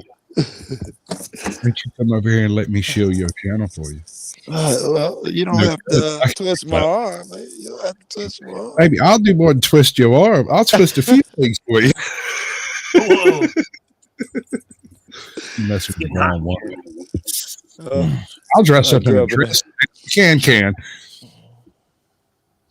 That girl been in my car, man. I can barely fit in this motherfucker.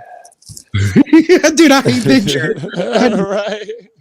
For years, I had this fucked up ass truck, and I could not get it to take me anywhere. It would leave me on the side of the road with fat girls. It would leave me on the side of the road with married women. It would leave me on the side of the road with kids. It would leave me on the side of the road with fat married women with kids. This is not a good truck. So I sicked him on it. I gave him $500. Told him that if it run for 3 days, he'd get more money. And he's like, "Well, okay, I'll fix it." And he did. He fixed the damn thing. I sold it for half price. I told people on YouTube that I would sell it for a dry ham sandwich. And if someone had showed up with a dry ham sandwich, got them a fucking truck, a damn good one too. They all showed up with wrinkly roast beef sandwiches. Dude, I would have took it. I swear to God, I would have took it.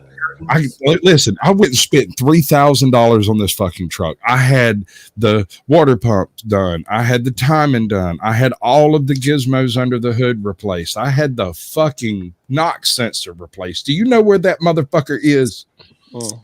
The motherfucker's bolted to the block under the intake, to the literal block. It's 4 foot below the intake. You have to take shit off all the way to the bottom. Right. Change a quarter-sized piece of equipment out, and then rebuild your engine on the way out without any gaps. It's a bitch. $3,000 I spent on this vehicle. Brought it home, and it fried the starter. Damn. The local tow truck driver told me on several occasions, has given me his keys and told me to go get it myself, and told me the last time he towed it that it had more miles on his truck than I had on mine. Boy, on the ground of your shit. Because apparently he keeps track of that shit. And he's not the only truck driver in town. Do the math. So he changes the starter. He goes in, fiddles with a few things, goes, "Your amplifier is welded to your firewall." Okay. Looks like it's supposed to be there. That's not supposed to be there. Yeah. No. Well, can we fix it? Replace the radio. Fine, no problem. Replace that for fucking $200, no problem. Do it. Drove it around a month, no problem. Yeah. My best friend's kid come to me. He's like, "You know anybody trying to sell a little truck? Do you have $2,000?" You're right. I have the best little truck ever built. The damn thing hasn't gone anywhere in years.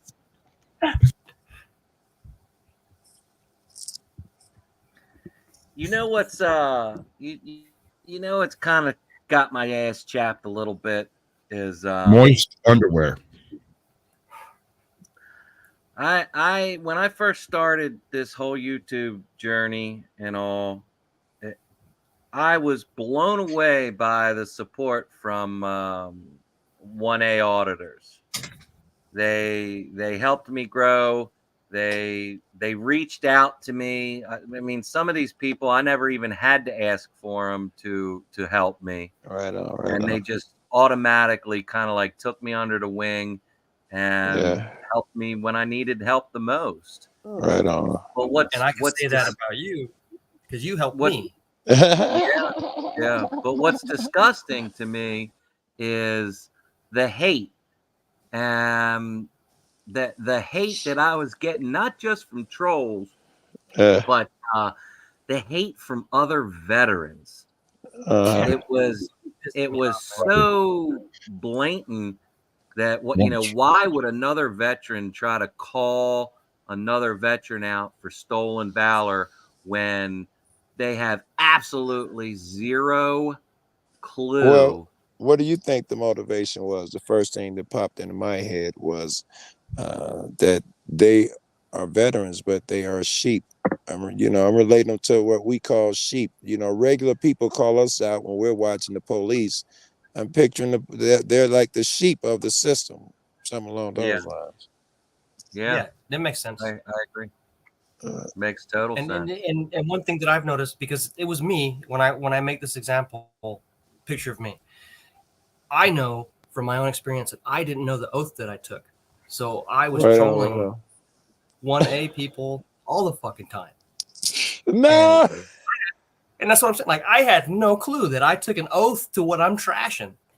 And let me be perfectly clear. The Veterans Affairs, we fully support your right to troll us while we're doing it. That's what works. But Angry Vet, listen, I had no idea what it was. I have loads and loads of advice on how to deal with trolling, angry people in chat, people who disagree with you in general. Usually a standardized few forms of things will typically deal with most of your general type of trollery. I have a ticker specifically for such occasions. Hold on, where's it at? Here it is. Remember, adopt a hater today. Never feed a troll you do not intend to keep. Haters can be your best PR. If you watch everything I produce and you hate me, thank you. You are a fan too.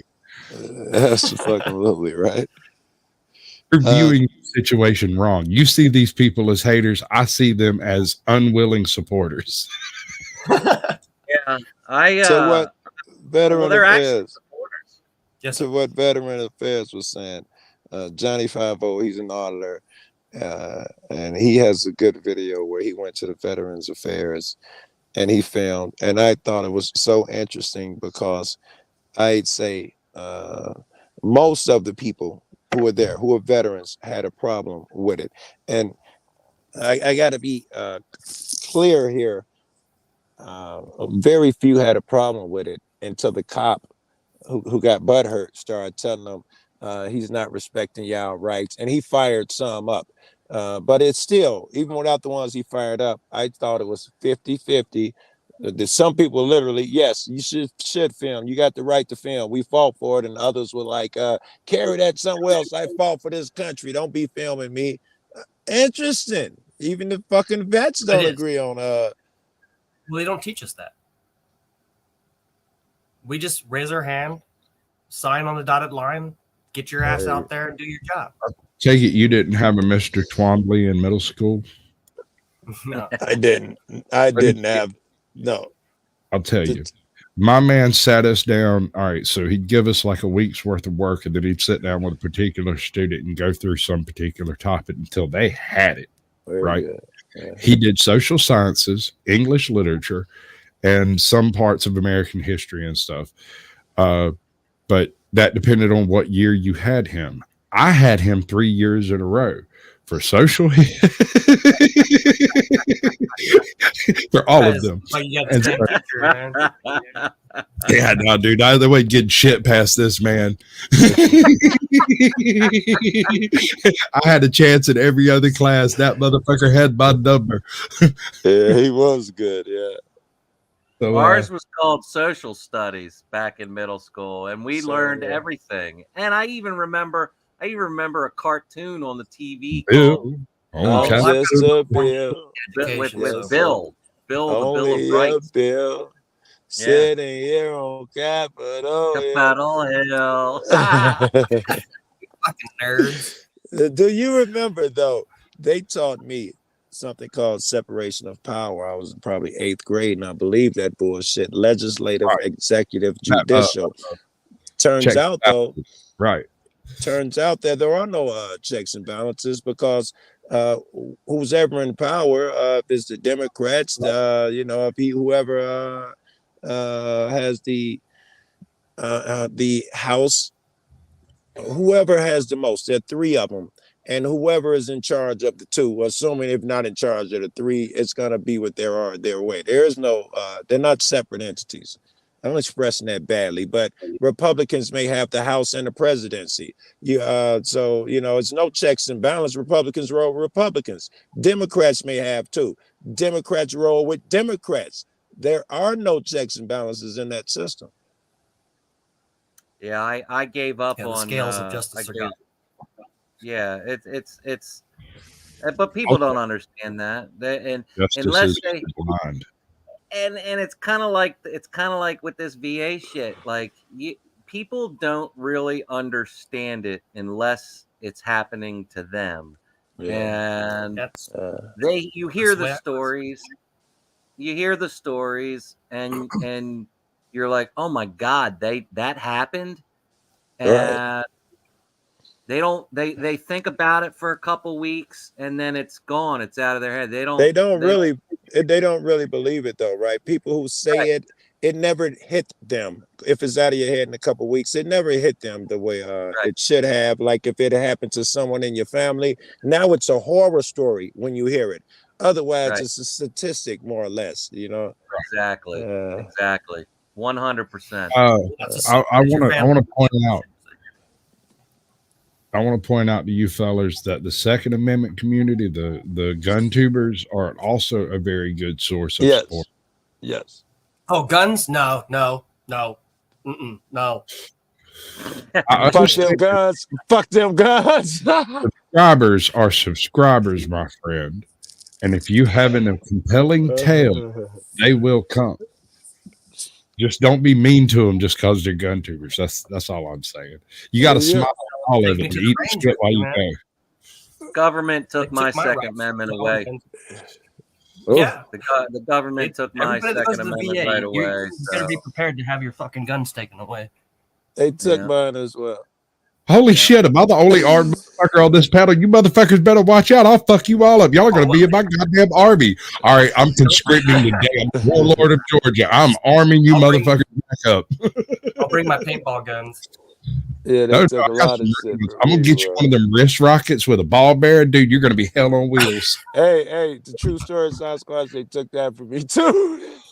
Literally. They took my wrist rocket too, bro. They took my wrist rocket too, bro. Oh, yes. Hey, did y'all know y'all are on my 1,000th show? My 1,000th video? Congrats, pal. Really? 3,000 subscribers, my 1,000th upload. This is it. Congratulations, everybody that showed up. And stuff. Hey, I got a little celebration of my own. Sasquatch. Go ahead. Joe. Yeah. Back when I had like 325 subscribers and you come on my panel and we were sitting around bullshitting and there's 10 people on the panel and it's just you and me talking for like a solid fucking hour. Do you reckon I was going to make it this far? Hey, I don't know what I had then, Sasquatch, but I'm celebrating my 100,000 sub, bro. I hear you. When me and you were both sitting in that room, I didn't know I'd have 100,000. I didn't know you'd still be around, but I knew that you had the fucking most interesting stories I'd ever heard. Me and you talked about other shit mostly, and and that type of shit. But them stories, I don't go listen to other motherfuckers' stories. I listen to your stories and shit. What's that sexy voice? Feel about it there, baby. So white, very white. Part of it has to do with white, very white. Who said that shit? Not me. I did not say that. I don't know who said it. I'd like to thank them because it made my tickle. Yeah, I might be a little autistic, maybe a little dyslexic, and possibly a little bit of a freak, but who's judging? This is YouTube. I'm allowed to be all those things. Most motherfuckers are here. What do you guys think about this? This is off topic, man. And I'm gonna try to show y'all that moon again. That motherfucker's That's massive, bro. Oh, last night it was huge, man. All right. But wrong moon. Right. If this wasn't on YouTube, when it cut back to my screen, my ass would be showing. Guaranteed. Yeah, no, that's the thing. Is like when I hit the button, I hit the wrong button, and you bent over to get your coke, and I was like, "Oops, wrong mood." Oh, crazy ass. Baby. Yeah. Oh, wrong one. Hold on, that's not it. I'm not doing that. I'm doing it different. Hey, Joe, I got a new show I'm doing on somebody else's channel and also on mine, but that's just because it's easier this way. It's called The Blast Radius. Yeah. And Captain Curmudgeon goes and digs up current events news stories that depicts the degradation of modern Western society. And then we spend a little while looking at libs of TikTok and horrible memes and talking about how terrible everything is. And then that sounds like something. Your blast footage, and we move on to something else. I can get down with that. All right. Yes, I could certainly make fun of these motherfuckers all day long. Right? Shit, I had a question for you guys. I don't remember. The off-topic question I had. Smoke another. I know I left the weed in the house. I was just getting some air. Can't trust you with nothing. How we gonna get high? You left the weed in the house. I gotta come back now. I'm in a car. There's a good chance I might have something. Actually, right? Got your glove box. I'm sure there's a hard time to carry over there. I bet you. Yeah, check the center console. I'm sure there's one wrapped up. You got to the floor mat. You know the cops will. I think YouTube attracts a certain types of people, and there are multiple types. I think it attracts those people who want to be stars, people who think they're old in the audience, right? They're privileged and entitled, think they're supposed to come over here, push a button, everybody's supposed to go watch them. Those people, narcissistic people, of course, would be attracted to YouTube. People who like to bully people without consequence because can't nobody get to them. I think it attracts a host of shitty motherfuckers. Probably in there some good people too, but there's certainly some shitty people. Let me make an observation on that point. You say it attracts a host of shitty people. I don't think it attracts a third of the shitty people you think it attracts, because those shitty people are perfectly willing to lie to you and have 47 accounts. I had 156 accounts active at all times. All right. Because I really enjoyed crushing channels that I did not like. Specifically, people who were pretending to be homeless, pretending to get clean, or people who were like using their channel to groom folks. I would smoke them up real hard. That kind of stuff. I had a reason for what I was doing. It wasn't just a heartless killing spree. Like most of my friends are just heartless. What's wrong with a heartless killing spree? It's got its places. It's just, I'm not an evil person. I've never porn bombed anyone. I don't care what you hear. That's never happened. I have been present during porn bombs, but I've never done it. I've never doxed anyone intentionally. I've had people dox themselves while working with me, intentionally or otherwise. I think YouTube has definitely changed me, for sure. Changed me 100%. I mean, I never used. For better or for worse? What does that mean? It's hard to say. Both. I never really hated much in my life ever. Right. And, until YouTube came along. Yeah. That's the problem right there. No. Hold on. He's onto it. He has hit the nail on the head. Listen, you encounter somebody you disagree with. Y'all have an honest debate. This guy creates 15 other accounts and comes back at you calling you a poopy head in 17 languages. Yeah. As Paco, Pedro, Gino, Tino, Tommy, Bobby, Sammy, Dill, Bill, or you have a simple discussion with a guy at debate. and you think you just was just pointing out a thing, and he interpreted it as a disrespect or an insult, and now he's making videos about you and hanging on like an Oh, I ex-lover got or one. something, Dude, following you and watching everything you do. I did a remix, Joe. I did a remix of a guy who's a real sweet dude. He's got a whole lot of face metal, and like I said, I like his content. I enjoy what he does. But somebody walked by me one day, looked over my shoulder, and saw what I was watching on YouTube, and goes, "I guess that guy's not planning on leaving the country anytime soon." Dude has like a tackle box in his face, right? Right. So his name is Rob Tacklebox. And I love his content because it shows the eccentricity of individuals. He saw remix. Go ahead. He saw my remix, was offended by the remix, me asking if he was planning on going through a metal detector or whatever. He comes back at me going, "Well, that's not how that works. You know, those things don't set off metal detectors." Well, my baby mama got more metal in her body than you've got in your face, and I beg to differ. If you've got enough of it, it will set it off. Or if you've got a bad one, or a real gold one, or a stainless steel one, these will set off metal detectors. So I was just making observations, kind of like the old Seinfeld stand-ups. You know what I'm saying? That was all it was. You like this show? It points out the idiosyncrasies. Were you saying it points out his, or he does a good job at exposing others of YouTube? Of the fact that this man can come to YouTube. He has 3,000 subscribers. He's developed a community. He has a supportive backdrop. These people came to me and told me they didn't like it. Had he come to me or emailed me or popped up in my comments being like, "Hey, I don't really appreciate that. You take it down." I'd have took it down. I totally took it down. Instead, he shows up and was nasty enough that YouTube filtered all of his comments. Not one of them made it through the YouTube filter. I didn't touch anything, Joe. I pinned his comment on it, and 2 days later, he opted out of the remix program entirely. Was the only thing he is eccentric? I can't talk. Idiosyncrasy.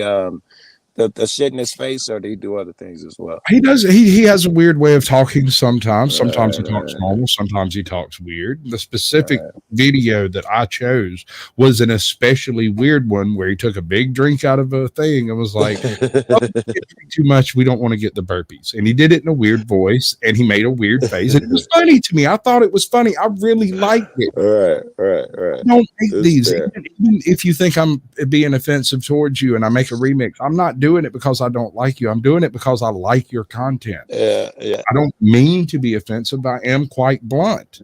Yeah. I get that motherfuckers making shit about me and dancing and singing and I get so much shit made about me. It's dumb, bro. Right, but here, listen, Joe. That is a fan. Anybody who takes the time out of their busy ass fucking life and trying to eat, drink, mate, and raise children to fuck with you is a fan.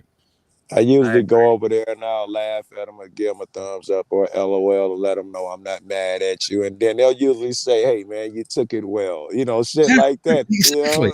Exactly. If you come to this medium with no intention of being offended, of trying to take everything the best possible interpretation you can come up with. That's tough.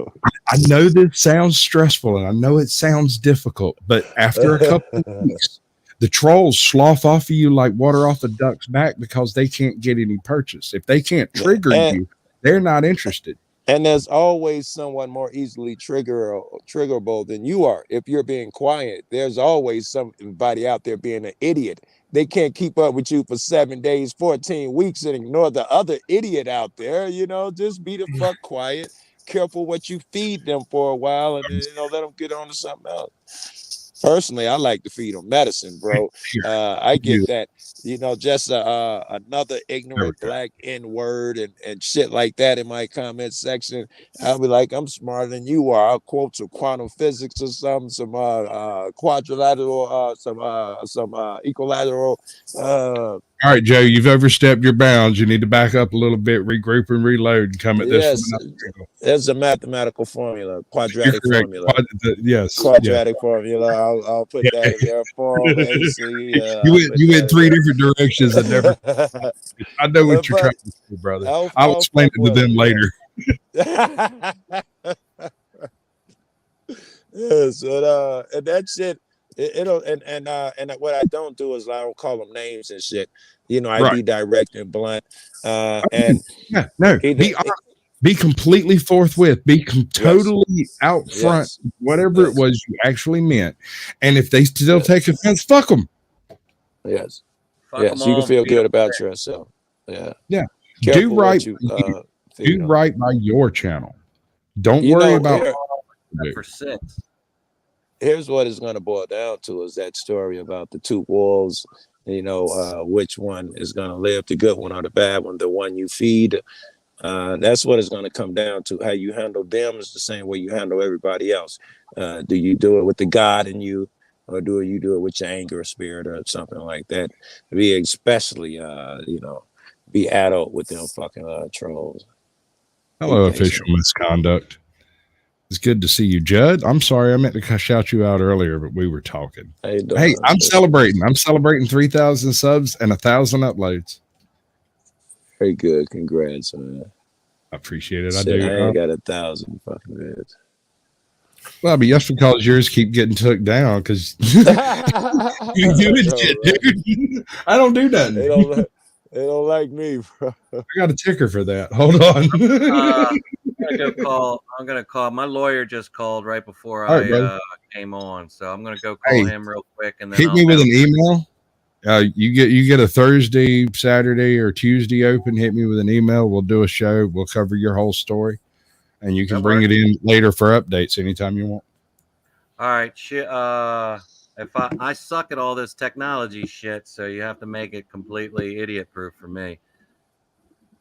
I'll come digging around, see if I can find your email. Yeah, that would work great. God damn, that is a sexy motherfucker. Look at him. Jesus Christ, son. Oh, no. Wait till you see this one. See that one. What are y'all doing?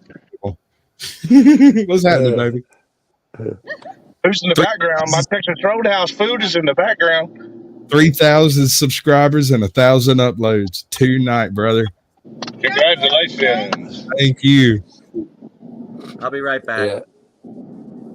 I've been celebrating all night and didn't even know I was celebrating. Was smoking weed, celebrating with my man all night, and didn't even know I was celebrating. You felt it early. Homie, you always celebrate. Right, just in case someone got 3,000. I had to be ready.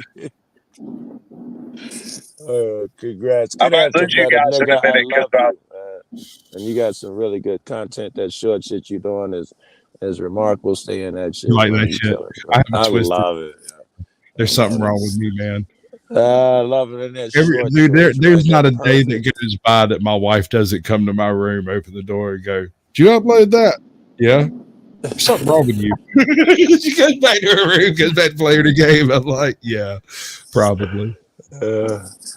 I abuse my shorts too. I think the last one is "Get Off My Dick. It Don't Make You $1." I think that's the title of my last fucking short. There's your problem. We could discuss this backstage on a Sasquatch Shills promoting your channel. Right. Never a dull moment on Sasquatch channel. Oh no, I don't permit such shit. If you're not going to talk, I certainly will. Yeah, I have to shut up. I got the other problem. I'll monopolize some shit. I gotta make sure I cover my mouth and shut the fuck up. I got that. Joe, this is coming from me, man. I'm one of the most loquacious people I've ever seen in my life. I would prefer to hear someone questioned down to the nitty gritty by you than half the lawyers in New York. Yes. I will learn some shit if you ask somebody some questions. You should plus, what I do, but you're more aggressive and it wouldn't work. Right. It wouldn't work, right. But I'm having fun doing my shit, right? I don't know how much fun that lawyer's having, but I'm having a blast when I'm doing it. Well, he's getting paid, though. He's getting bread, though, right? Flow State, baby. What is up? Oh, what's good, baby? What's up? Congratulations. I think we got 3 milestones. I'm closing in on 2,000. I'll be at 100,000 in no time. I hit 1 million views last week. How about them apples? I don't care about them apples. I had a I didn't million hear them last week, 3,000 subs this week, 1,000 uploads. God knows. And I hit my 3,000 view hours for the first tier of, like pretend YouTube. I probably had sex more recently than you have. I doubt that. I want to throw my hat in the ring. I'm just saying, unless you pulled it off while I was live. I've had sex twice since I got here. Since you came on panel, that's quick, dude. You need to get your wife a couple of men to come take care of her. Because those little 10-second jobs ain't going to do it, bro. I'm sorry. Oh man, I apologize. That's their favorite kind. They like it fast. They like it surprised. No preheating the oven. Some struggle snuggle. Struggle snuggle, right? Struggle snuggle. No. All right, brother. Hey, Veterans Affairs, I really appreciate you coming by. Listen, I do these after darks every show. Every time I do one, you're welcome to come in anytime. Thank you. Sir, I appreciate it. Thank you for having me on tonight. It was nice to meet you, Joe. Hey, same, bro. Same. I'm sure I'll be seeing you around. Yeah, I'm just glad to have Joe Cool on top of me finally. Yes, I've been not playing all along. You didn't have to twist my I've been getting tired of it. Let somebody else take over a while. Hey, all right, guys. I saw Flo comment. Be easy, pimp. Much love. Posted a comment while you highlighted one of Flo's comments in chat. And at that moment, we were talking about, someone was talking about how. He figured it out. Never mind. Go ahead. All right. Angry Vet was just talking about how it seemed like the cop watchers and the veteran cats seemed like a natural. Maybe that was you saying that shit. Combination. And it made me think that Flo, I think he's called the truth of community. I could have that fucking wrong. But whatever it is him and his cats do, it also seems like, I mean, I'll ask you, I'm not gonna make, do you guys seem like, for either one of y'all or both of y'all, is there a natural so-and-so with these cats being activists with cop watchers and people filming and shit? Go first, Flo. You're just saying that because you don't understand the question either. I'll take it now, but I mean, I bet. Make it more concise. All right. If you weren't here before, you needed to hear the first part where this guy filmed the veterans shit, and he got into it with him. He started filming them and posting the vids. Okay. And someone brought up how they had a natural connection with cop watchers, and cop watchers came to help. And I was wondering if there isn't a third connection with truth or community or whatever it is that you and Paul now do. Well, first of all, I don't. Yeah, I'm not. I'm not in Paul's community, and I'm not. I don't know the name of the community. So okay, I don't think that. Maybe in a way, but I don't think so. Not as much, because people who are cats are natural patriots. You're natural rebels. There is a connection there. I'm sure. Well, what I'm saying is that the two that you described first. Hold up. Patriots and rebels, these are difficult to coincide with one another, except for in America. Yeah. And I don't know where I'd fit in on that scale, but I think that the connection in the first two you mentioned is that they're confronting an authority and uploading it, right? There's the actions, the mechanics are the same. I got you. Yes. I think that the truth community is a lot of talk and bullshit, honestly. Yeah. And I think that the Sov Sit community is completely full of shit. Is there a Sov Sit community? I ain't never seen two of them niggas in a room together. Yes, there is. I think that's what Paul and Wizard are. I have been trying for a year and a half now to get an actual sovereign citizen to come on and have that conversation. And if you'll go check out, what is it? Press on, press hard. Press on, yeah. You know, press harder, right? Yeah. That is a sovereign citizen. That is the language. You know what I'm talking about. The language. I do. All right. I talked to that man for 2.5 hours straight, and then I tried to go edit that video, and I almost had a freaking infarction. There was no way to edit that man's content in a way that didn't make it look like I was trying to do something. What he said, yeah. So I just left it public. The whole thing, all 4 and 5 hours of it, or whatever it was. That dude is heavy. That dude, he's hardcore.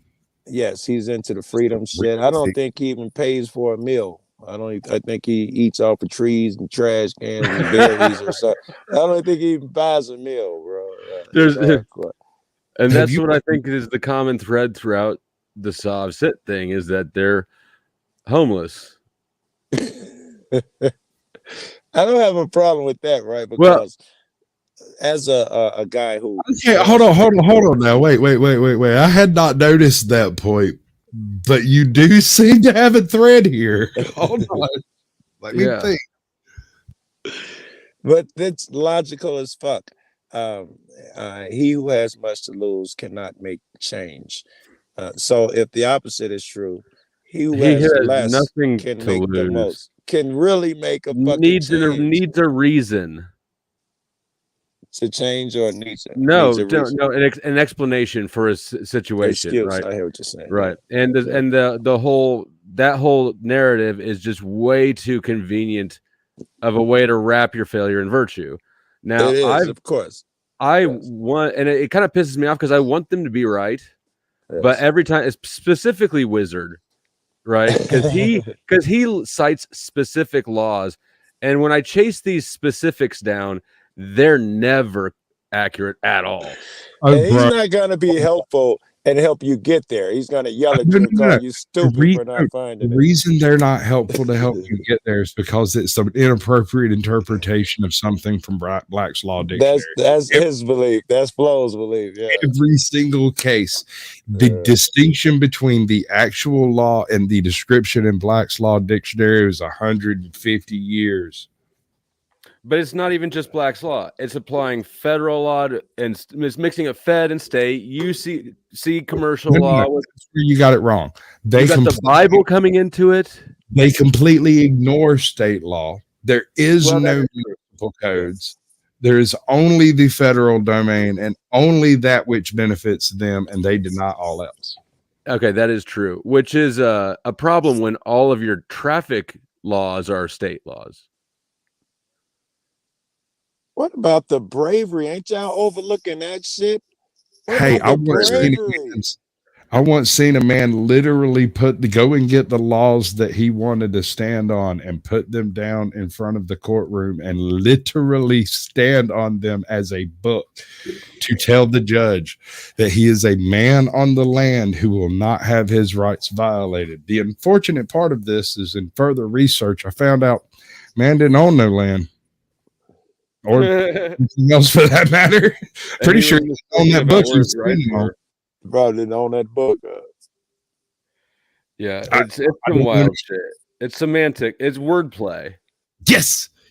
And I sat there for 3 hours and played that word game with people and he defines himself as people.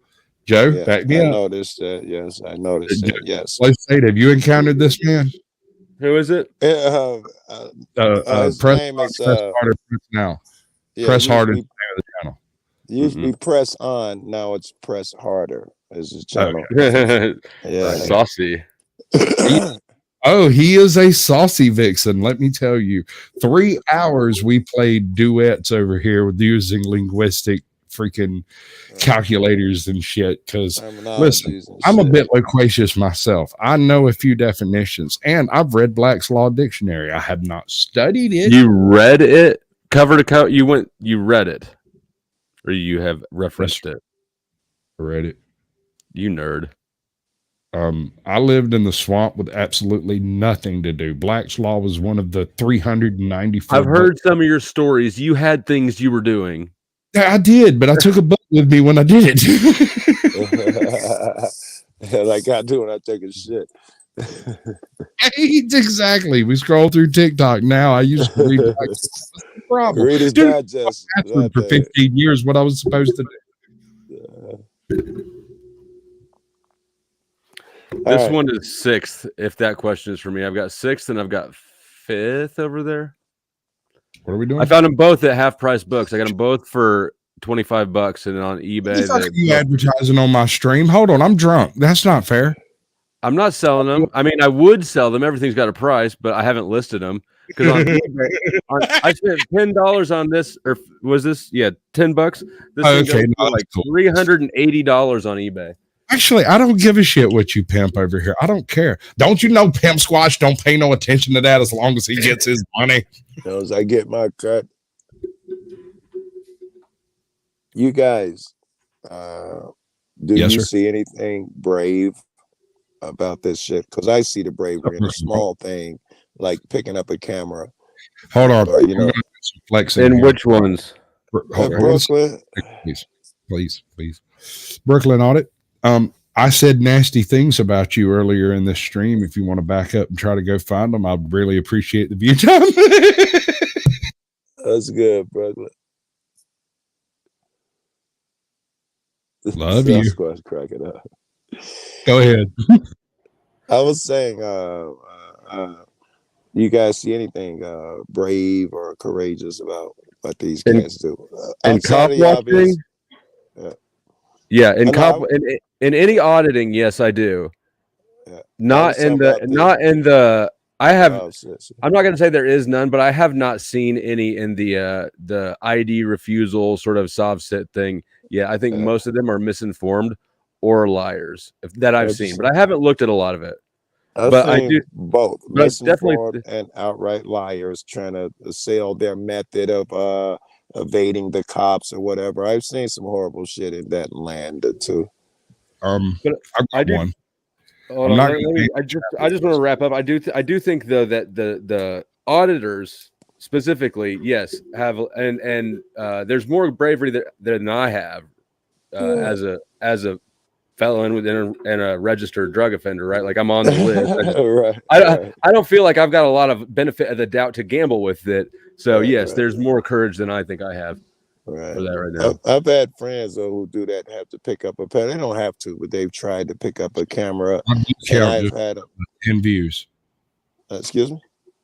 My view count just jumped by 10. The second she sat down, 10 more people stuck around enough for it to qualify. Hold on, let me take my shirt off. You're not allowed to leave. I know where you're going with this. Let me take Katie my shirt Joe off. Sasquatch. He needs some Hate viewers. me because I'm beautiful. Hate me because I'm hitting on your wife. Hey. Well, let's ask Flo State's wife. Let me look at you. See how you doing, Miss Flo, or Miss State, whatever.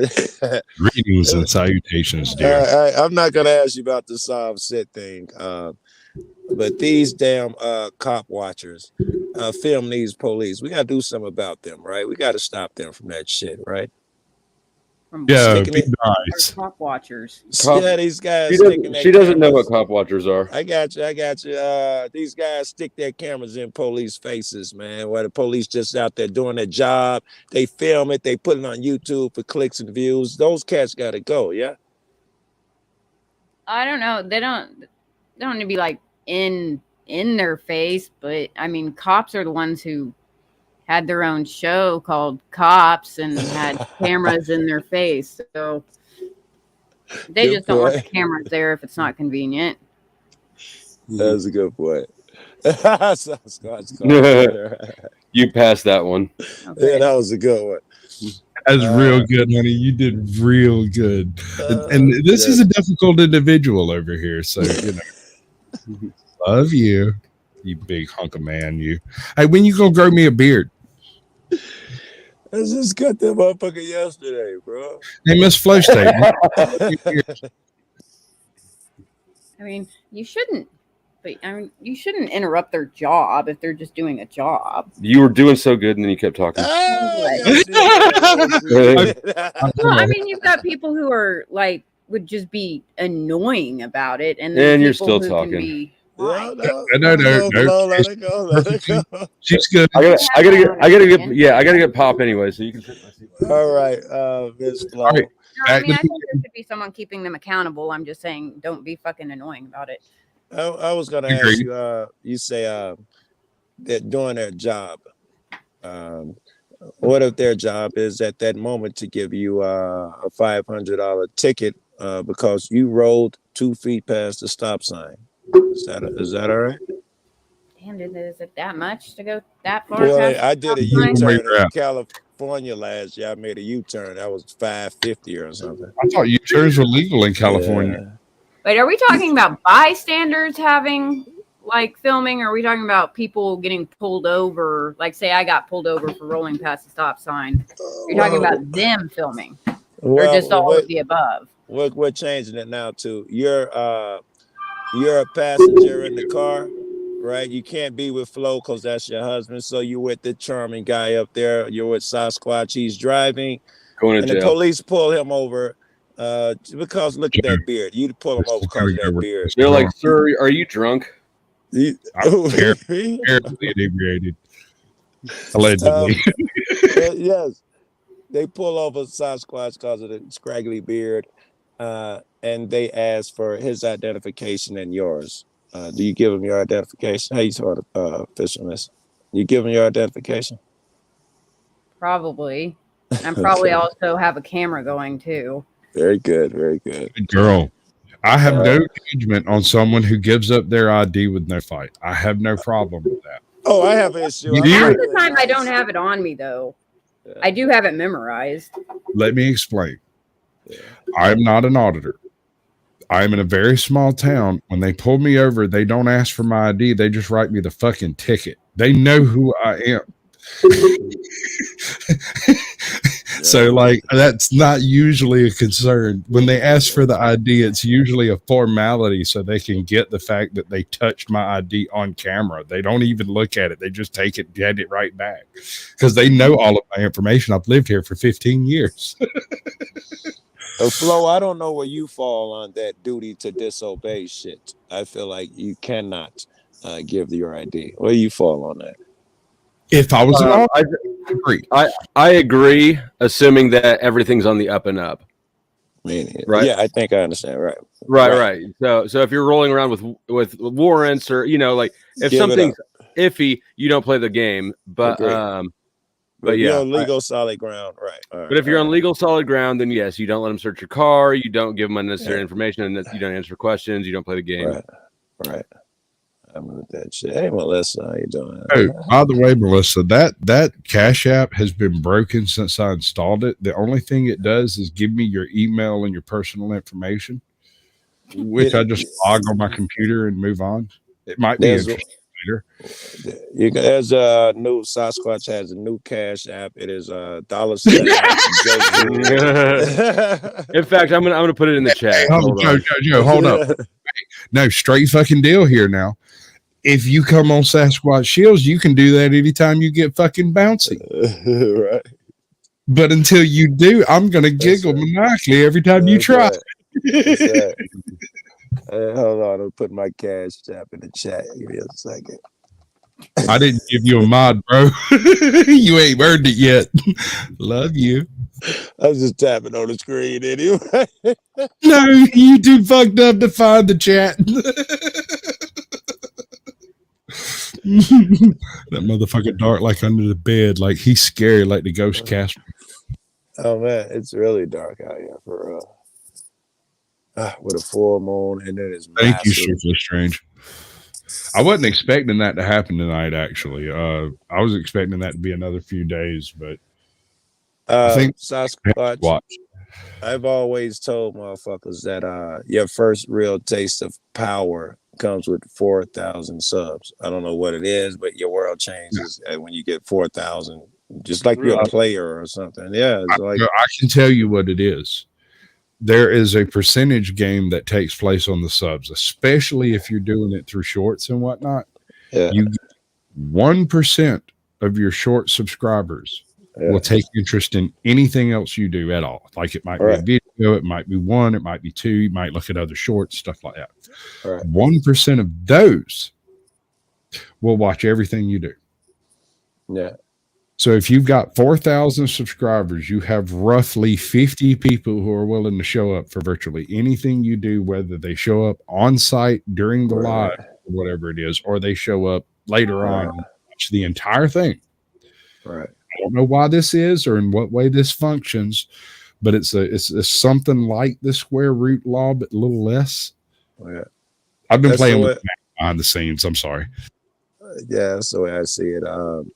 You're gonna have some people who come back because it's you, but that'll be a very small percentage, and the rest you'll be found somewhere. Yeah. That's people like Heather Holt, who met me and was like, you could do back when I had like 50 subs, she was like, you could do a really good thing. You have the ability to talk to people, to keep them calm and not let them get upset. Right. I don't take offense. Just hypnotize them, put the background up. Right. Learn some NLP, you know. Simply remain calm and discuss. Get the dude beard working. Yeah. Take off all the clothes and swing it around like a helicopter for me.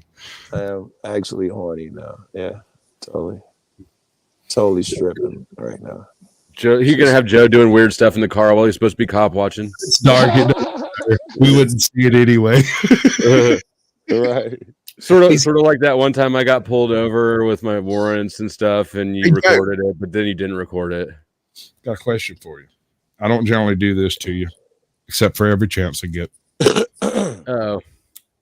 So I've been trying to apply some level of diversity to my fucking schedule, right?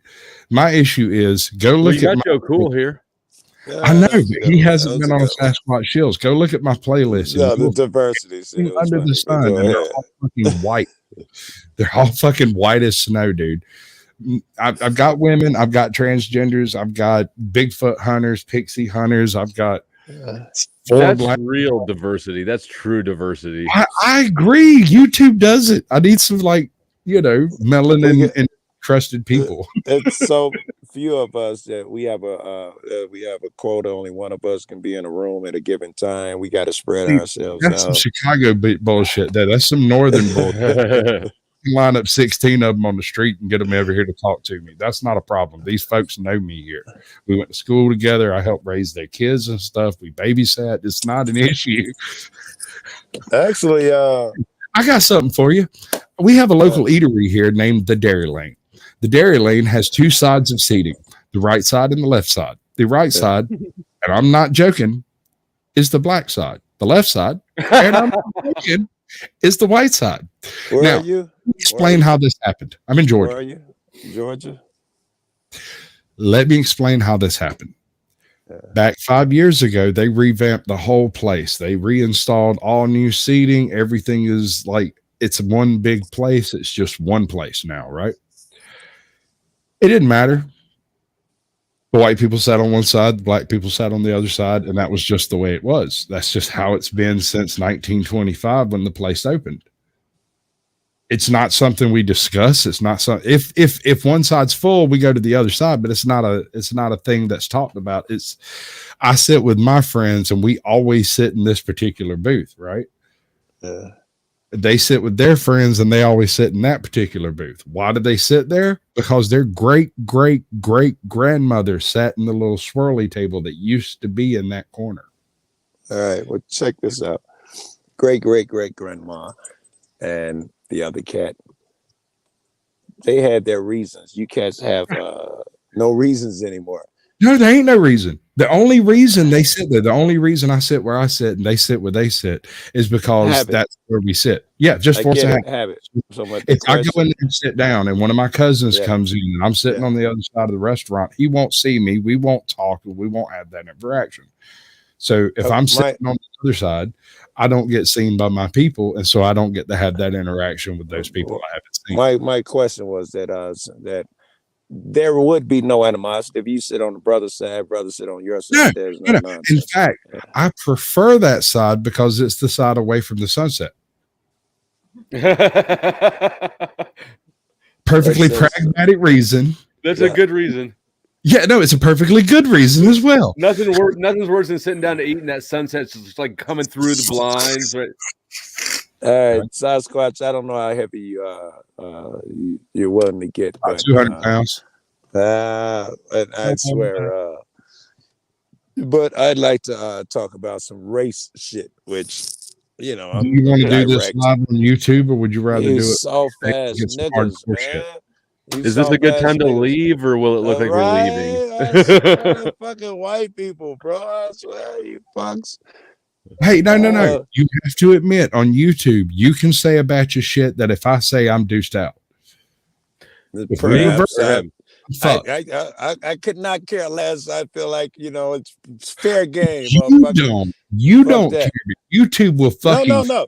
I mean, I wouldn't you know, that's like a white motherfucker crying that he didn't get the civil service job because of some quota. I don't give a fuck. fuck those guys. Right? I wouldn't hurt the guy, but I don't give a fuck, nigga. You wouldn't cry when I was going through it. I'm Personally, simply that's just how I saying feel. it may make it a little difficult for me to answer you on certain subjects. I hope so. I'm a troll, nigga. I can't use the same language you use, so we're stuck at an impasse of incommunicado. I can't help it. It's my fault. It's You YouTube. can sing the song, but you just got to say ninja. Yes, right. A point at me, right, to sing that verse, that part. Me and my Joe Cool is fine. That's what you just come drop the hard R for me. I want a recording of it so I can use it when I need to. Black folks don't drop the hard R. That's not. Yeah, they beat my ass. I know. I live here, dude. I ain't beating my ass. I ain't got no business. I said saying that mine. fucking word. I'm If saying they mine. outnumber I me don't say that shit either. 150,001. I'm fucked. Fuck that word. That RDR shit. But that ain't where I was I going. was joking, dude. Yeah. Where I was going with was that all right, how do we I believe personally that racism is an issue. I believe that all throughout history has been an issue, and every fucking 40 years or so white people look back and be like, damn, we was racist as fuck. But during that 40 years ago, they swore to God everything was equal. And now 20 years maybe? 20 years. Yeah, 20 years. I go for that. I just was trying to make it easier on motherfuckers. Okay, but yes. I'm just saying there's been a few levels of this, and I see what you're talking about. And there was like this revolution in the 60s when a whole bunch of stuff happened. Yes. And in the 60s, even the blacks and white, why you coming down here disturbing our good Negroes? You know, we treat them well, everything's equal. Why they got separate water fountains behind them? You know, they can never see it. But it's the same thing is occurring now. White people seem to think that racism has been defeated in their fucking lifetime and everything's hunky-dory. So I would like to talk about the things that the reasons, some of the shit that black motherfuckers go through. And I don't even do the racist shit. It's a nonsensical conversation, in my opinion. One moment. So it's just for descriptive. If you would like to escort yourself out before we get off into this dungeon that's fixing to happen, feel free. We are going to go soon, but like now that the dungeon is gearing up, I kind of want to stay for a little bit of the dungeon. Right, if you want to, you can drop yourself backstage and just stick around. I will. I'll drop out, abruptly and not too long, but I'm good for a minute. All right. Continue, Joe. I think that because of the bullshit racial nonsense that they put in front of us, we never get to talk about certain issues. And I would like to have those conversations, like the effects that anyone is off the table, in my opinion. If you talk about the way whatever cops do to black motherfuckers, it's off the table because you got to spend 4 days discussing whether or not cops mistreat you because white people think they don't. If you talk about slavery, would have an effect on people's mentality even today. Slavery is off the table. You can't talk about that shit. If you talk about the public school system, the housing, whatever it is, because, black motherfucker, you're a victim, you're complaining, you're not allowed the fucking conversation. I'd like to have that conversation. Please do. Brother, right. Listen, there are things I make nothing easy that I would love to say. I'd love to hear you say them if possible. No. I don't make your life easy. We're going to have a discussion. So Sasquatch's best friend is black. Okay. Yes. So Sasquatch, please start with some of the reasons that black motherfuckers can't seem to get a leg up. Sasquatch. Well, you have a couple of all right. So you've got the colonialism angle, right? Yeah. You can make that claim that there has been a situation of power placed in position long before the slaves were brought in, and since they were freed, they don't have the ability to function in that environment because they don't have either the training nor the physical capability to stand the type of just bullshit that goes with that type of stuff. Yes, Right? not or physical capability, how you put it, nor desire and all of that shit. It would seem that black motherfuckers have a us versus y'all mentality, and the system is more of y'all. We'd be quicker to break away, not adhere to a rule or something because it's not ours, it's y'all's. There I is believe an aspect of that in there. I've heard what you said, and I think it would be easier to explain my position by simply laying it out. Yeah. I just I don't. All right. First of all, I'm white. no. You might have noticed. It says so in the name. I'm just saying, I might not be coming with all the information, right? But from my experience, I have been both dirt ass poor and been to jail, and I have been a not poor and been to jail. And when I went to jail as a poor, it fucking sucked in every possible goddamn direction you could fucking imagine. It bit the big dick, dude, donkey syphilitic dick type shit. It fucking sucked. Yeah, that was a sick I went verse. through with money. Syphilitic donkey cock, right? Ladies and gentlemen, it was not fun. What I'm saying is, when I went through with money, I wrote those cocksuckers a check and went home. And that seems to be more of a difference than the actual race question. Very good. I'm glad that we can have this and enunciate your ability to say, fuck off. This is fuck you money. Fuck off. Yes. Because that would be the beginning of the conversation. Punishable by fine means legal for a price. I'm sorry to ignore that last part, but that would be the beginning of the conversation. Okay. It's a lot of the things that all of us, black and white, attribute to racism simply, clearly is not. And I'd go so far as to say the massive part of it is not racism. But it's painted with that brush. Yes, in fact, it's because we're easy victims. We're poor. My uncle or father won't be a lawyer or a judge or someone in a position of power where the white guy is better shot. That type of shit. We're easier targets. I would agree with that shit. All right, I'm not going to mention my last name, but in my family, Jenkins, nigga, Leroy Jenkins. We know your name, Leroy Jenkins.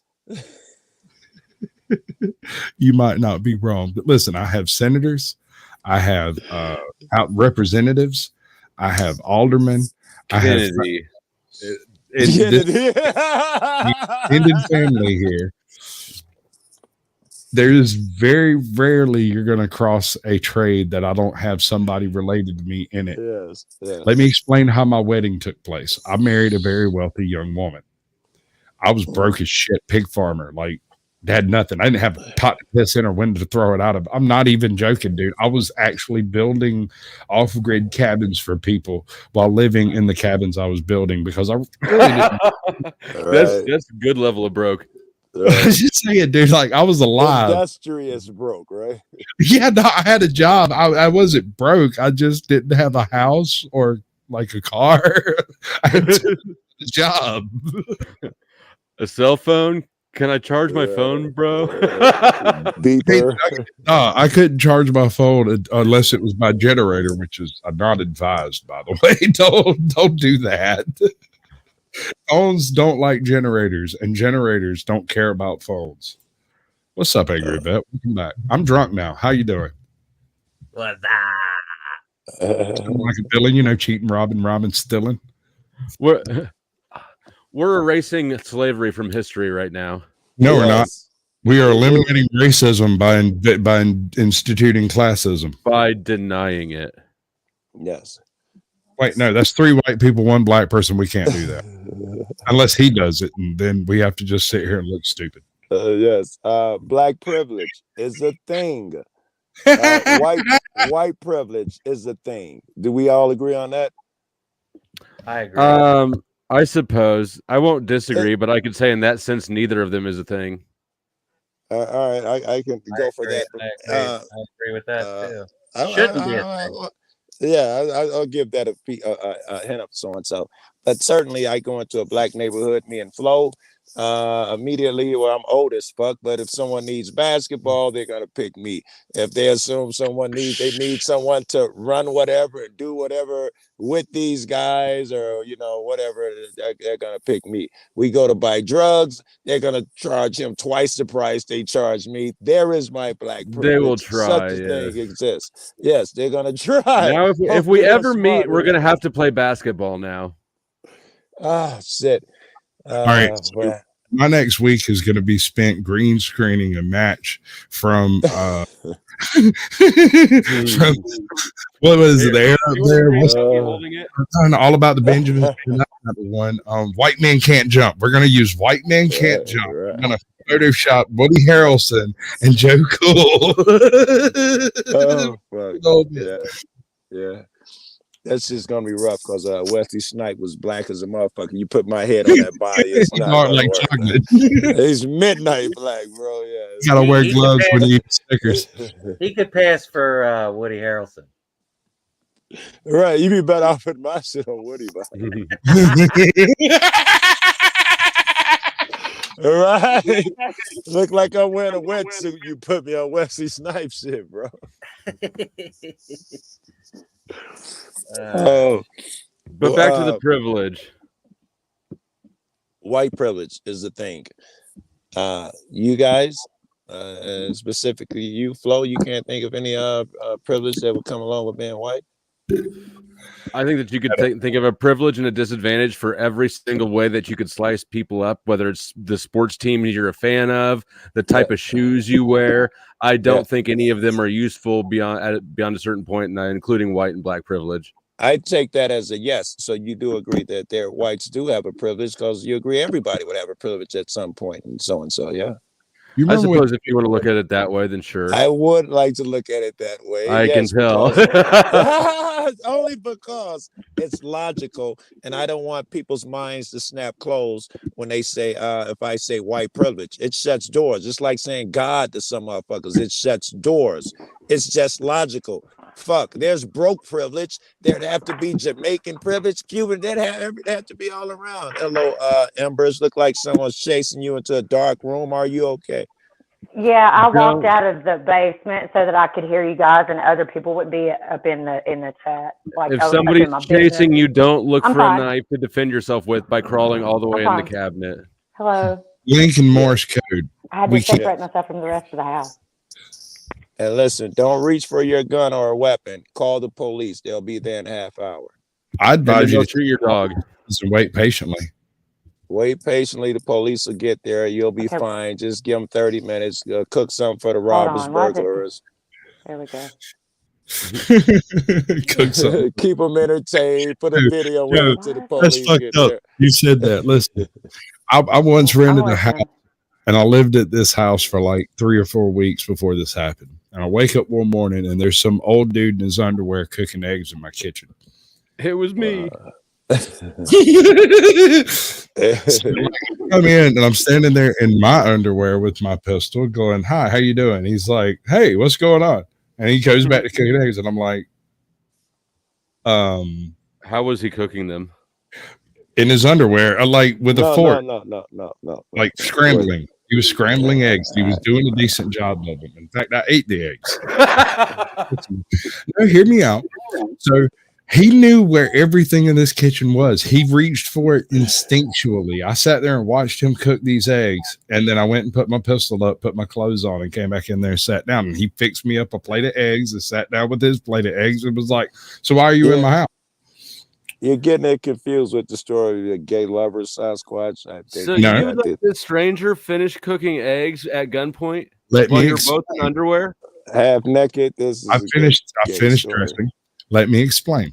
Sure, I had just rented the place under the agreement that I would help clean out the guy's stuff that was in there, right? I got you. So I got in like real cheap and was able to take over payments and stuff, and it was a real sweet deal. The locks were never changed.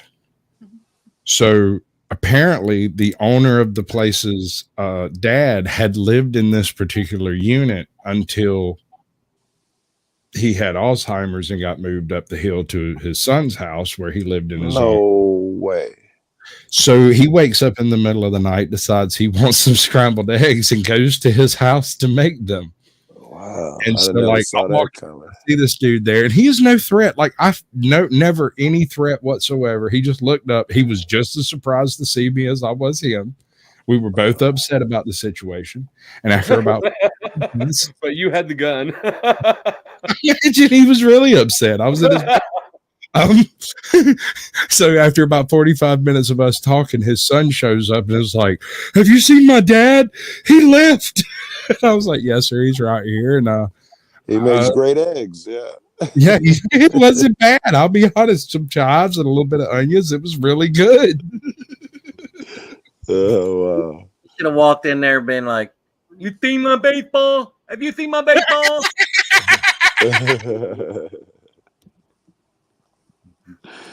That was from a movie, like all Something about about Mary, right? Something about something Mary. about Mary, yeah. The Jizz Hair movie.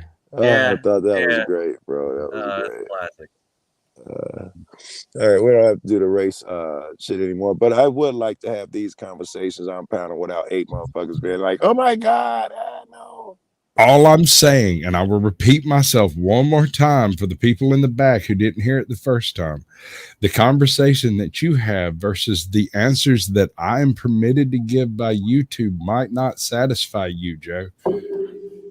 I don't think I'm expecting you to say nigga or nothing crazy. I'm not That's asking like about I the think that's virus. about it, right? That's the only thing you got to I'm walk not around. asking you about I your get it. I just saying I medical don't know where that line is. misinformation or anything. I don't know where that line is for YouTube. YouTube is the odd man out here. Me and you, we can come to an agreement. We can have this conversation live on YouTube. I'm not sure. I'm not positive. If I was So what are some other things that you think might trip the algorithm? It might. Like basketball. Probably not going to trip it. Racist as fuck though, right? It depends. Parole. Getting closer. Beep, beep, beep, beep, beep, beep. Yep, there we go. Straight to YouTube jail. That was all right. We got to get off, but I'll be listening a little bit more. But I guess I'm out, and I think that we've had this conversation before, but I'll go ahead and give my closing statements on race. I think that the entire racial paradigm is contrived and to divide, and that every group gets their own special narrative to go along with them, and also the narrative for them that they internalize. Yes. I think that black people get it the worst probably of anybody racially as far as the internalized narrative goes, which is that people are racist against us. Yeah. And so you end up with a bunch of people who feel attacked much more than they are along racial lines. I would agree. I agree with that. But don't leave out the obvious though, that that a lot of white people, the same way black people bought the dynamic that they're less or being attacked. A lot of white people bought into that bullshit that they're better and white people are less. And there really is a lot of racism out there. A lot of yeah, but not institutionally, I don't think. I think that the racism that's there is individually, and it may be individually together. Yeah, but, okay. I was just but gonna say formally, together. Yes. But not formally. I go for that because in the South, there's a lot of that individually together shit going on where they're rolling back all these voters shits, blah, blah, blah. Yeah. Right. And so to some extent, like, people are always going to be douchebags. And I just don't know how much you can do to make people not assholes, you know? Well, I got a question. I mean, like, you say that it's not institutionalized, but what happens when these clowns are running the institution? Like, yes, when I didn't say for the record it's not institutionalized. I'm not saying that. I believe it's both. I'm saying I meant formally. It's not formally institutionalized. It's not formalized. I know what you were going, Flo. Yeah. You can't put it on a fucking law or anything. Yeah. Go ahead. I'm not saying it don't happen. All I'm saying is there is nowhere in any of the laws that you can look and say that this law is specifically racist against a specific person because that language has been removed diligently by the powers that be, regardless of which side of the aisle you fall on, you don't want to be seen as racist, and so that language is eliminated from It's any. intentionally been scrubbed thoroughly. But if you have any vision It's and you there. look for something like black motherfuckers like loud music, so they got all these loud music rules now. Suddenly, when the black mute motherfuckers move in, they apply to everyone. But they didn't even exist until you motherfuckers started No, playing that you're loud right. music. I'm So not debating sundown towns. You know what sundown towns? Yeah, yeah, you know. Do Angry Vet? Do you know what sundown towns are? What's that? Y'all don't know? They wouldn't know, would they? Of course, I'd have to know, right? Joe, would you prefer to explain this, or would you like me to? I'd like you to. Come on, somebody do it. So, in certain cities, towns, districts, areas, it is not permissible for black people to wander around after dark. It's Really? not anywhere. Unless they're smiling? Fuck around and find out. They just took the last. They used to have signs up that said sundown town, get your ass home before sundown. They just took the last one down within the last decade or something. Yes. And I'm dead serious about this. There were places in Georgia where if you were below a certain level of melanin, your happy ass needed to be inside before the sun goes down. I'm not joking.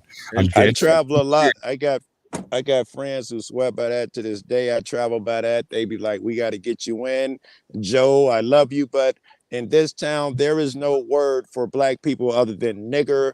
Just in case you hear it, we don't have a word, brother, black people, African American. That is the only word we have here. There's some weird shit going on in this fucking country. He's not wrong. There's a little town in Georgia called Christmas. Go hang out at Christmas sometime. There's one cop. His name is Joe. He's chief, deputy, and sheriff.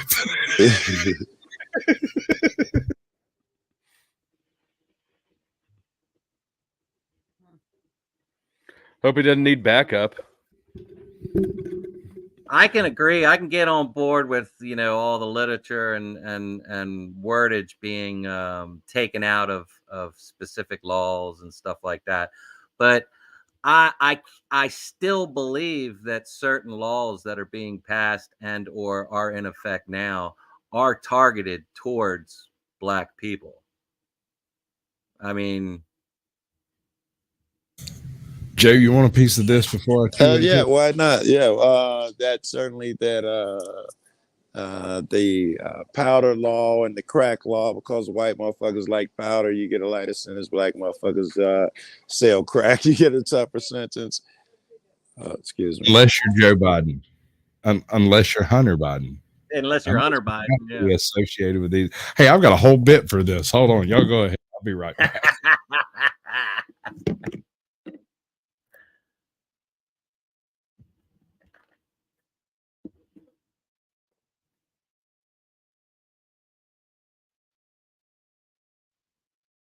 I said, y'all go ahead. Y'all bored as shit. What the fuck? I was talking about y'all up for like 15 seconds. Y'all ain't said shit. Somebody say something or shake your dick at the camera or some shit. I don't know. Like, do shadow puppets. I don't care. I just hopped in. I was saying, hello, wifey.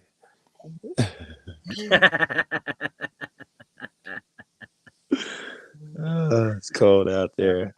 As I get my heat.